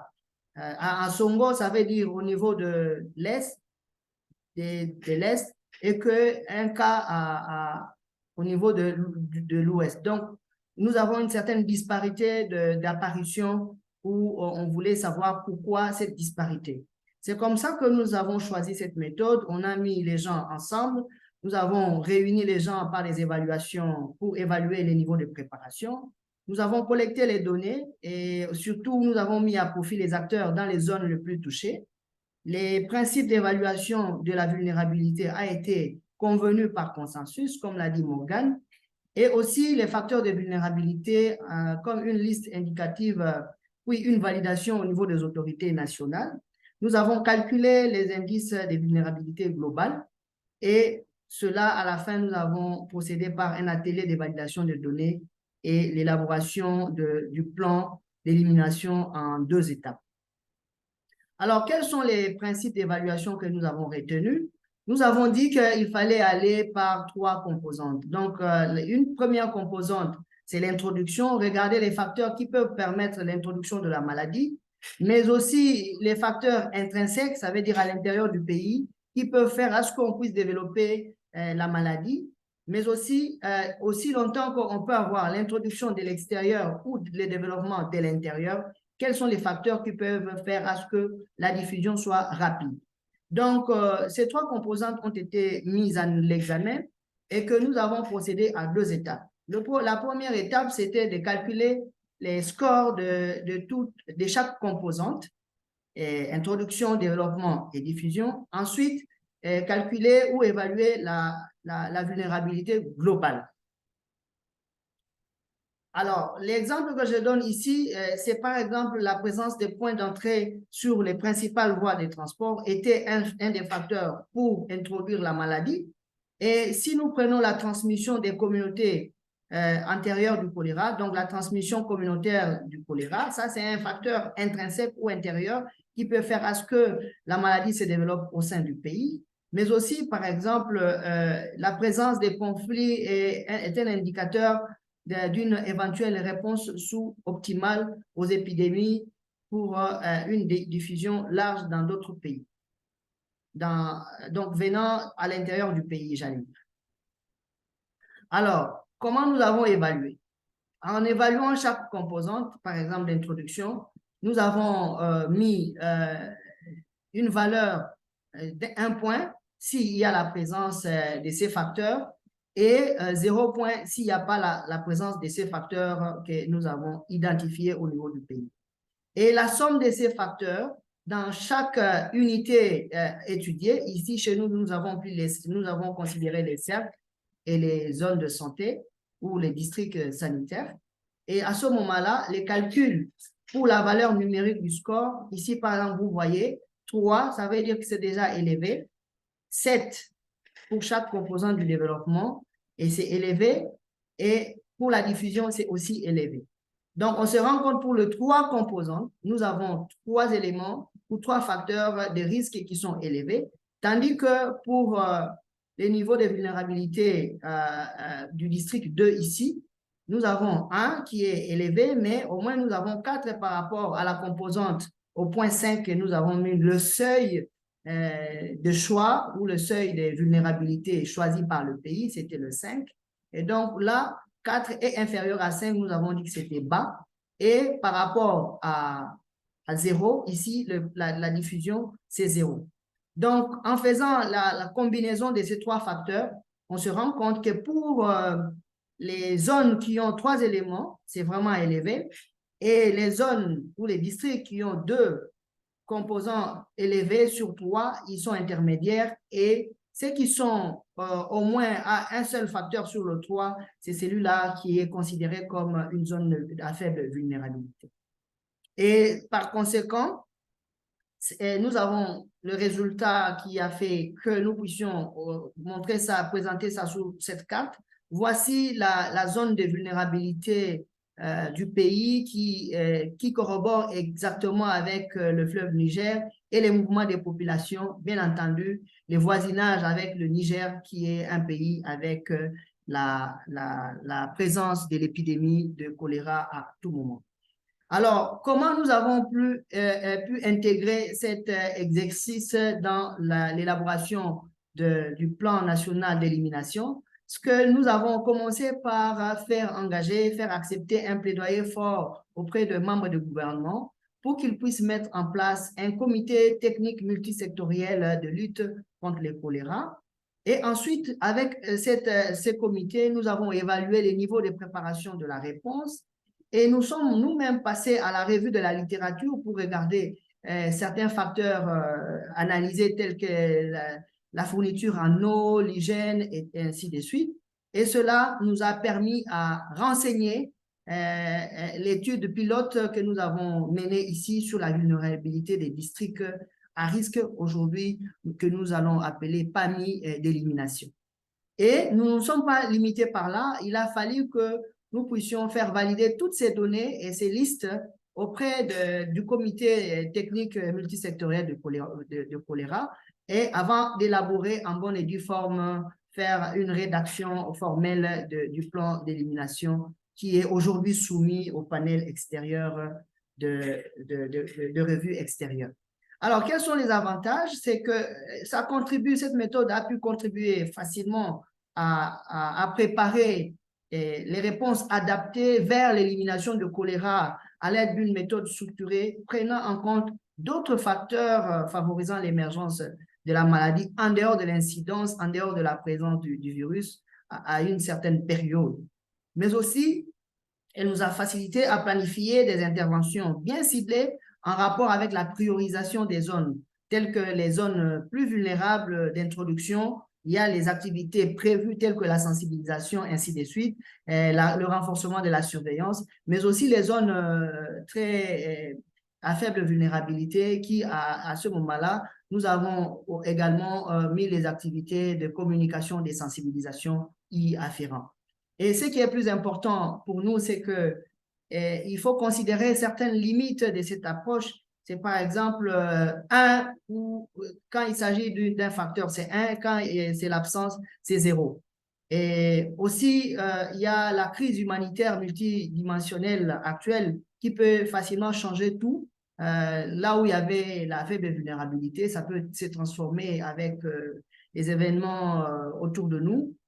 Ça peut facilement transformer la considération d'une certaine zone qui était de faible vulnérabilité vers une zone de haute vulnérabilité.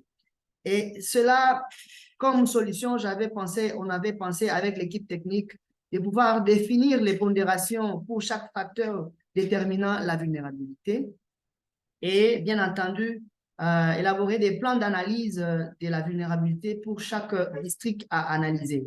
Proposer des paquets d'interventions qui dépendent de chaque type ou du niveau de vulnérabilité que nous avons constaté avec vous lors de cet exemple des districts 1 et des districts 2. Recourir également aux leçons apprises et aux expériences réussies telles que les expériences que nous présentons à ce jour. Alors, nous gardons le défi, je pense que c'est un défi qui est global, c'est de pouvoir mobiliser les ressources financières pouvant nous permettre à commencer la mise en œuvre de ces plans d'élimination. Il ne suffit pas seulement d'élaborer un plan, mais sa mise en œuvre est aussi une autre étape auquel nous pensons vraiment amorcer. Et par ailleurs, nous avons commencé déjà avec ces plans, nous avons déjà prépositionné les kits dans toutes les zones ou des régions supposées être de haute vulnérabilité. Et là, nous pensons amener ces kits au niveau de chaque district ou unité d'analyse considérée à haute vulnérabilité. Cette méthode était une première expérience appliquée dans le contexte de faible incidence avec la rareté des épidémies de choléra telles que depuis 2014 jusqu'en 2020 au Mali. Mais aussi, nous saluons l'engagement du pays, le Mali qui a vraiment suivi, qui s'est aligné à la feuille de route pour l'élimination de choléra d'ici 2030. Ça, c'est l'image de la concertation ou de l'élaboration où toutes les parties prenantes ont fait partie pour que nous puissions nous dire que cet exercice nécessite la participation de toutes les parties prenantes. Donc, à la fin de cette présentation, j'aimerais bien réitérer nos remerciements et reconnaissances aux autorités du Mali qui ont accepté que nous puissions expérimenter cet exercice avec les données du pays, les bureaux pays Afro qui nous a appuyés fortement, mais aussi le siège OMS qui nous a soutenus. Et à vous tous les participants qui nous suivez et qui auront à expérimenter pour la première fois cette expérience, et nous vous remercions. So thank you very much, Dr. Pome, for a very insightful presentation on the Mali experience. And you know, it is very gratifying to learn that there is a lot of commitment from government to ensure that we eliminate cholera by 2030. So thank you very much, Dr. Pome, and we shall continue interacting until we get to 2030 and eliminate cholera. Quickly, we are going to have our last presentation, and this one is going to be given by Bertrand. It's actually on the tools that we can use for cholera, identifying PAMIs for cholera elimination. So Bertrand, please take it up.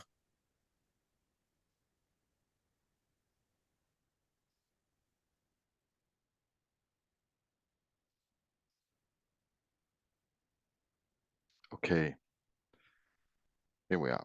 So thank you, Dr. Pom, about giving the feedback about the pilot.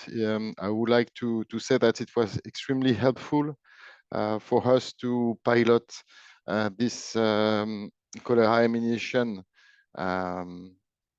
framework, let's say, in collaboration with the country. So I thank the Public Health Authority in Mali and as well all the WHO college involved and people in the field involved in this this experience in Mali. So here I will have a shorter presentation compared to the previous one because the methodology is more simple in a way. So this is the same framework as we mentioned previously for cholera control. Now we are in elimination, but the practical step in the analysis are mainly the same.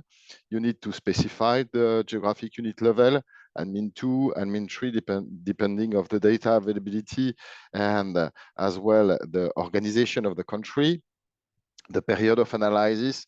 But here with the difference with the cholera control PAMI, let's say, here we rely mainly on country-specific vulnerability factor. So we provide with a full list of vulnerability factor. There is slot in the tools where you can add country-specific one, but you need to define them at the start of the process. Then you perform the data collection. After that, step 2, you calculate an index. Before it was called priority index, now it's called vulnerability index, as Dr. Pom mentioned before. And when you have the result, you go for this stakeholder validation through a workshop or a consultation. What kind of Put that here. What kind of resources we have? Morgan mentioned that it will be soon published over the web. This is the final stage of the preparation of the documents and the resources. So it will be published under the resources of the page of the GTFCC website. So we'll have one tool, Excel tool, one data template for the import of the data into the tool, and an example with a training data set that I will use during this presentation. We have a user guide as well available with information on how to prepare the data, import into the tool, make the calculation, look at the vulnerability index value, explore the result, and then some frequent asked questions that we anticipated. So for the data preparation, I would like to insist on the fact that we have a list of country-specific vulnerability factors to be discussed among stakeholders at the start of the process and to select in order to adapt to the local cholera epidemiology. I'm thinking about, difference of vulnerability factor that you can have in sub-Saharan areas compared to coastal areas or close to inland lakes, for example. So once you have decided from your list, you need to define some measurable indicator. This is a very important step. And from there, when you have the indicator, it means that you looked already at the data that allow you to define if it's a yes or a no, a presence and absence. So the table on the bottom, the screenshot is coming from one of the documents, the user guide and as well in the guidance, the PAMI guidance for elimination. So if the vulnerability factor is called location among travel route with transportation hub, indeed, you can translate that into a measurable indicator, NCP unit located along transportation pathway with transportation hub. But if we look to the example of Mali, we were even more specific, given a threshold for the size of the city, the number of roads that cross in that city located in a given NCP unit. So it needs to be tailored to the location and to the country-specific setting. Once the list is ready, then you can look to the overall data collection. So as illustrated by the presentation of Dr. Pomé, we had to collect the geographic unit. It was circle level in Mali and Mintou, the geographic unit geospatial data set, GIS file for the maps, the population. And here we just have to collect few information on the surveillance, the number of cholera outbreak, and the number of imported cases. This is used for the vulnerability factor that are related for the importation of case into specific unit in the country, as mentioned by Dr. Pom, and as well the few units where cholera outbreak have been reported. And this is a critical point because it will be directly selected or classified as a PAMI if an outbreak occurred already over the study period in one of the area. The vulnerability factor dataset, of course. So when we look to the template that is will be available soon, this is more simple compared to the PAMI for control. Just the geographic unit identifier, admin1, admin2 labels, the population data, and then the list of the different vulnerability factors, as you see coded in the data template. Please, the same principle apply here. Follow the data nomenclature. This is why there is a template, and everything that is prepared according to the template could be copy-pasted very easily in the tools, and all the calculations are made.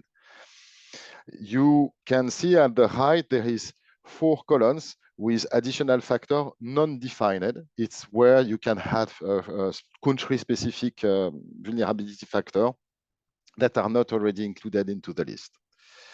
If you use the training dataset, here it's a screenshot of the training dataset. You can copy paste the data into the tools and so get an experience with the tools and the calculation. And this is a good example when you have to prepare the data for using the tool in practical terms. This is an full file. The structure of the tool is almost the same. So one introduction tab, one tab where you import the data, one tab where you do the index calculation, the index summary table, kind of the one that we saw for the Malawi decision-making process with the level, the value of the index priority index threshold, and then a table for the export for further analysis or mapping. So the input table basically is an empty sheet. You take the data prepared with the data model template and you paste it inside as I've done here in the screenshot. And then you can go to the next tab, which is the factor selection. Here in this table shows in the rows the vulnerability factor. As Dr. Pom said, there were two elements that were discussed at the end of the process in Mali. The fact that some factors can count more than the others. So here for the tools, all the factor counts the same. The weight in the sum of the factor is equal to 1. So by default. But you are able here to change the weight in the sum, so factor A plus B plus C plus D. Then if B count double, you would like to count double time, you can just set the value of the second factor here as 2, so it will be counted 2 times in the sum of the score for each factor presence absence. Yes, no, or 0, 1 is the same. In case you would like to run a kind of sensitivity analysis, there is as well the possibility here to include in the scoring or exclude in the scoring one or many factors. So you have the flexibility to say, okay, I have 12 vulnerability factors. I would like to have all included in the calculation of the vulnerability index, so ranging from 0 to 12. But perhaps you would like to see removing 1 or 2 vulnerability factors if you get the same classification. So this is easy to be done. You just have to switch to turn included in the vulnerability index to excluded in the vulnerability index with the random menu, and the calculation will be updated automatically. Then the tools calculate the vulnerability index. Here is the next tab, R1, index calculation, and you can see the name of the administrative unit, the population, the status of each vulnerability factor. The additional factor there is none in this example. So that's explained the column with the dot, the 4 columns with the dot at the right, and then the priority index calculation. And here, as the algorithm proposed for the unit that have at least one cholera outbreak over the period, here they will be classified directly as a PAMI. So you can see when there is yes under the first column, vulnerability factor 01 cholera outbreak, then it corresponds to directly a PAMI classification in the priority index column. But for the others, we do the sum and the calculation automatically. And from there, by refreshing the Excel tool, you can look at the table that look and feel is pretty similar to the one that we have for the control, but the difference is that we don't have many cases in the country, or no cases, cholera cases in the country, because we are toward the elimination. So here it focuses mainly on the number of geographic units, their cumulative number, the relative percentage, and the total population, and relative percentage and cumulative percentage stratify for each category of the vulnerability index value. So the PAMI one, and then you can see here the value 8, 7, 6, etc., etc. So from there you can select some units that have a high vulnerability index value, for example here 7 and 8, plus the one that are directly selected as a PAMI according to the algorithm proposed in the guidance and the user guide. And then it gives 26 units selected as a PAMI with a vulnerability index threshold value greater or equal to 7, and it represents 30% of the population. So it can help you to tailor the choice about the additional geographical unit, NCP unit, that needs to be included in the NCP or not. The last tab is the same, follows the same principle of the first tool, is a tab where all the data are structured and stored. It can be used to filter and sort with the classical feature of Excel with a button that you can use to look at specific records, but you can use it as well and copy paste in other statistical software or make a link with the GIS software to do some maps. And I'm ending here, and I'm thanking you for your attention. Over. So thank you very much, Bertrand. Again, that's a comprehensive, presentation on how we can identify priority areas for multisectoral interventions for cholera elimination. So all the countries are covered. All the countries that are endemic, countries that are not endemic, they haven't seen cholera, they are covered. So thank you very much for that. And now we just want to check if there is anyone with a burning question. Please raise your hand so that you can ask your question. I can see, is that Pascaline, is that hand for a question or it was earlier raised? Let's start with Alama Keita, then we can come to Pascaline.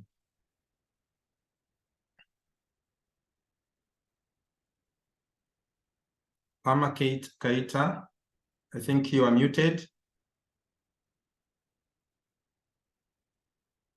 Sorry. Merci beaucoup, Dr. Fred. Merci à tous les présentateurs pour ces différents outils et surtout le partage d'expérience avec le Mali.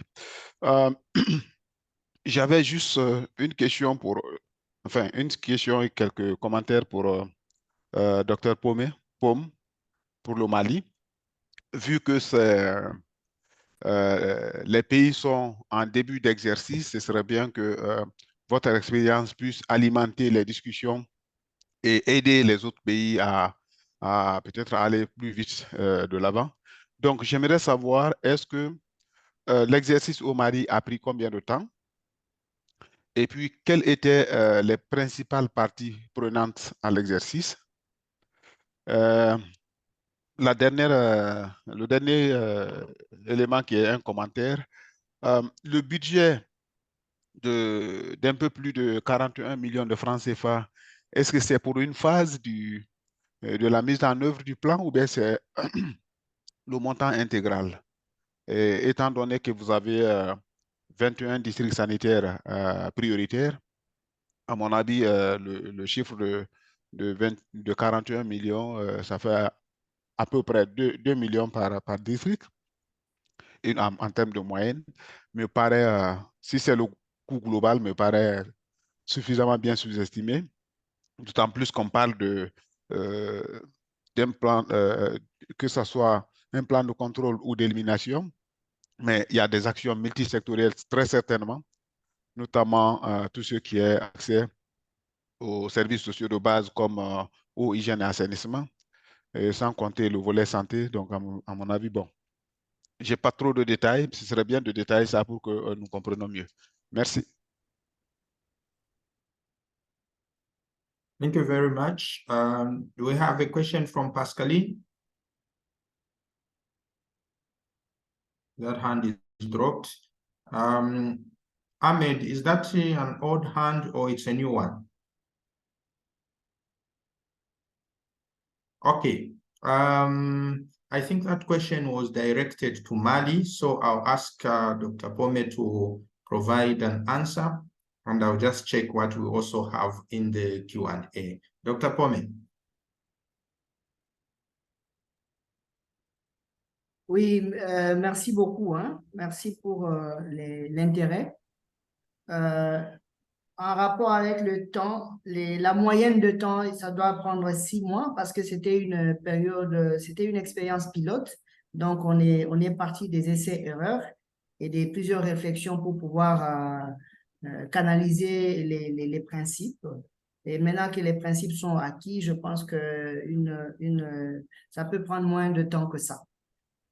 Par rapport aux parties prenantes, c'est la partie nationale, donc les ministères de la Santé et tous les autres ministères connexes, le ministère de l'Environnement, Pêche et Élevage et les parties, les PTF, ça veut dire les partenaires techniques et financiers, y ont fait partie.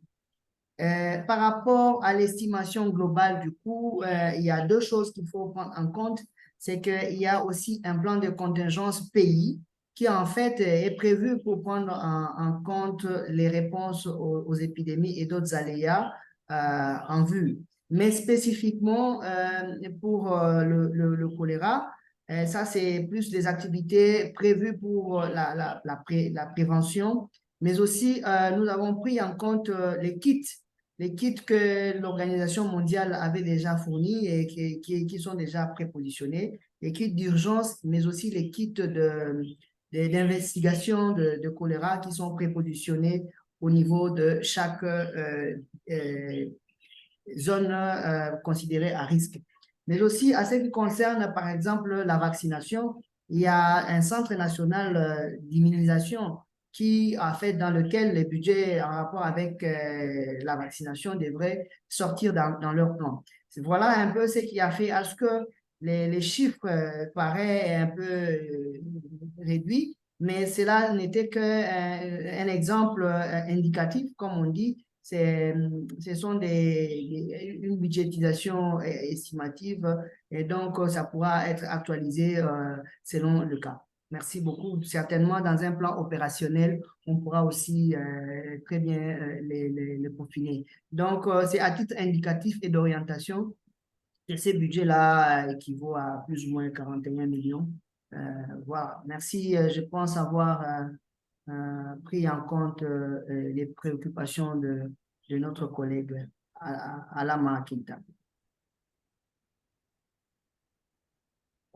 Thank you very much, Dr. Pome, for that response. Just to indicate to all the countries, please reach out through the WHO country offices and also through the other partners.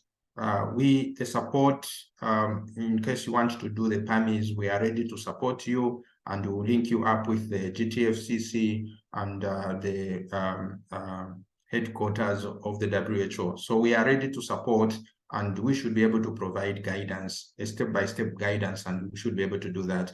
I must indicate that Malawi took only about 2 months because the guidance was very clear, the tools are very easy to use, and we were able to do that work in Malawi. So I think we can do that, all of us. What is important is just data collection.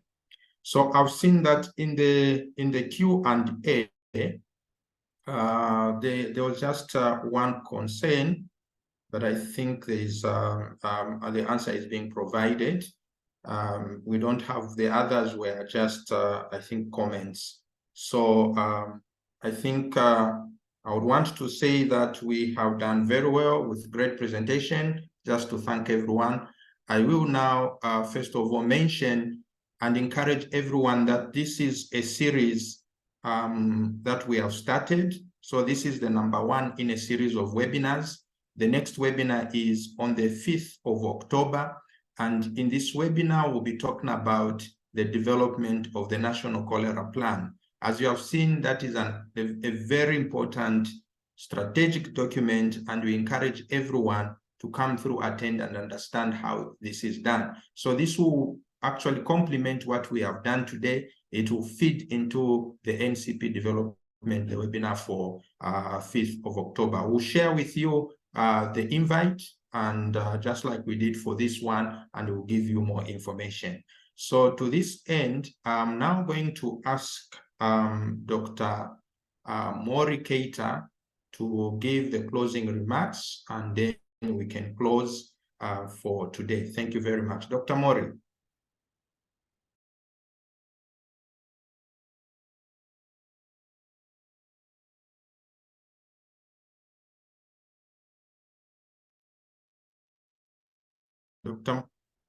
Dr. Mori.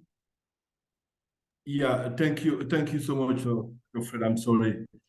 Thank you once again for everything. I would like once again to thank all the participants for their interest and encourage them to follow the series of webinar planned for them. Finally, I wish to reiterate the commitment of the EPR, the emergency program at the regional office for WHO here in Brazzaville, to accompany a member state on their journey towards the control and the elimination of cholera by 2030. Thank you so much. Have a good day and goodbye. Thank you, Dr. Mori. Thank you, everyone. See you again on the 5th of October for the next webinar. God bless you. Thank you.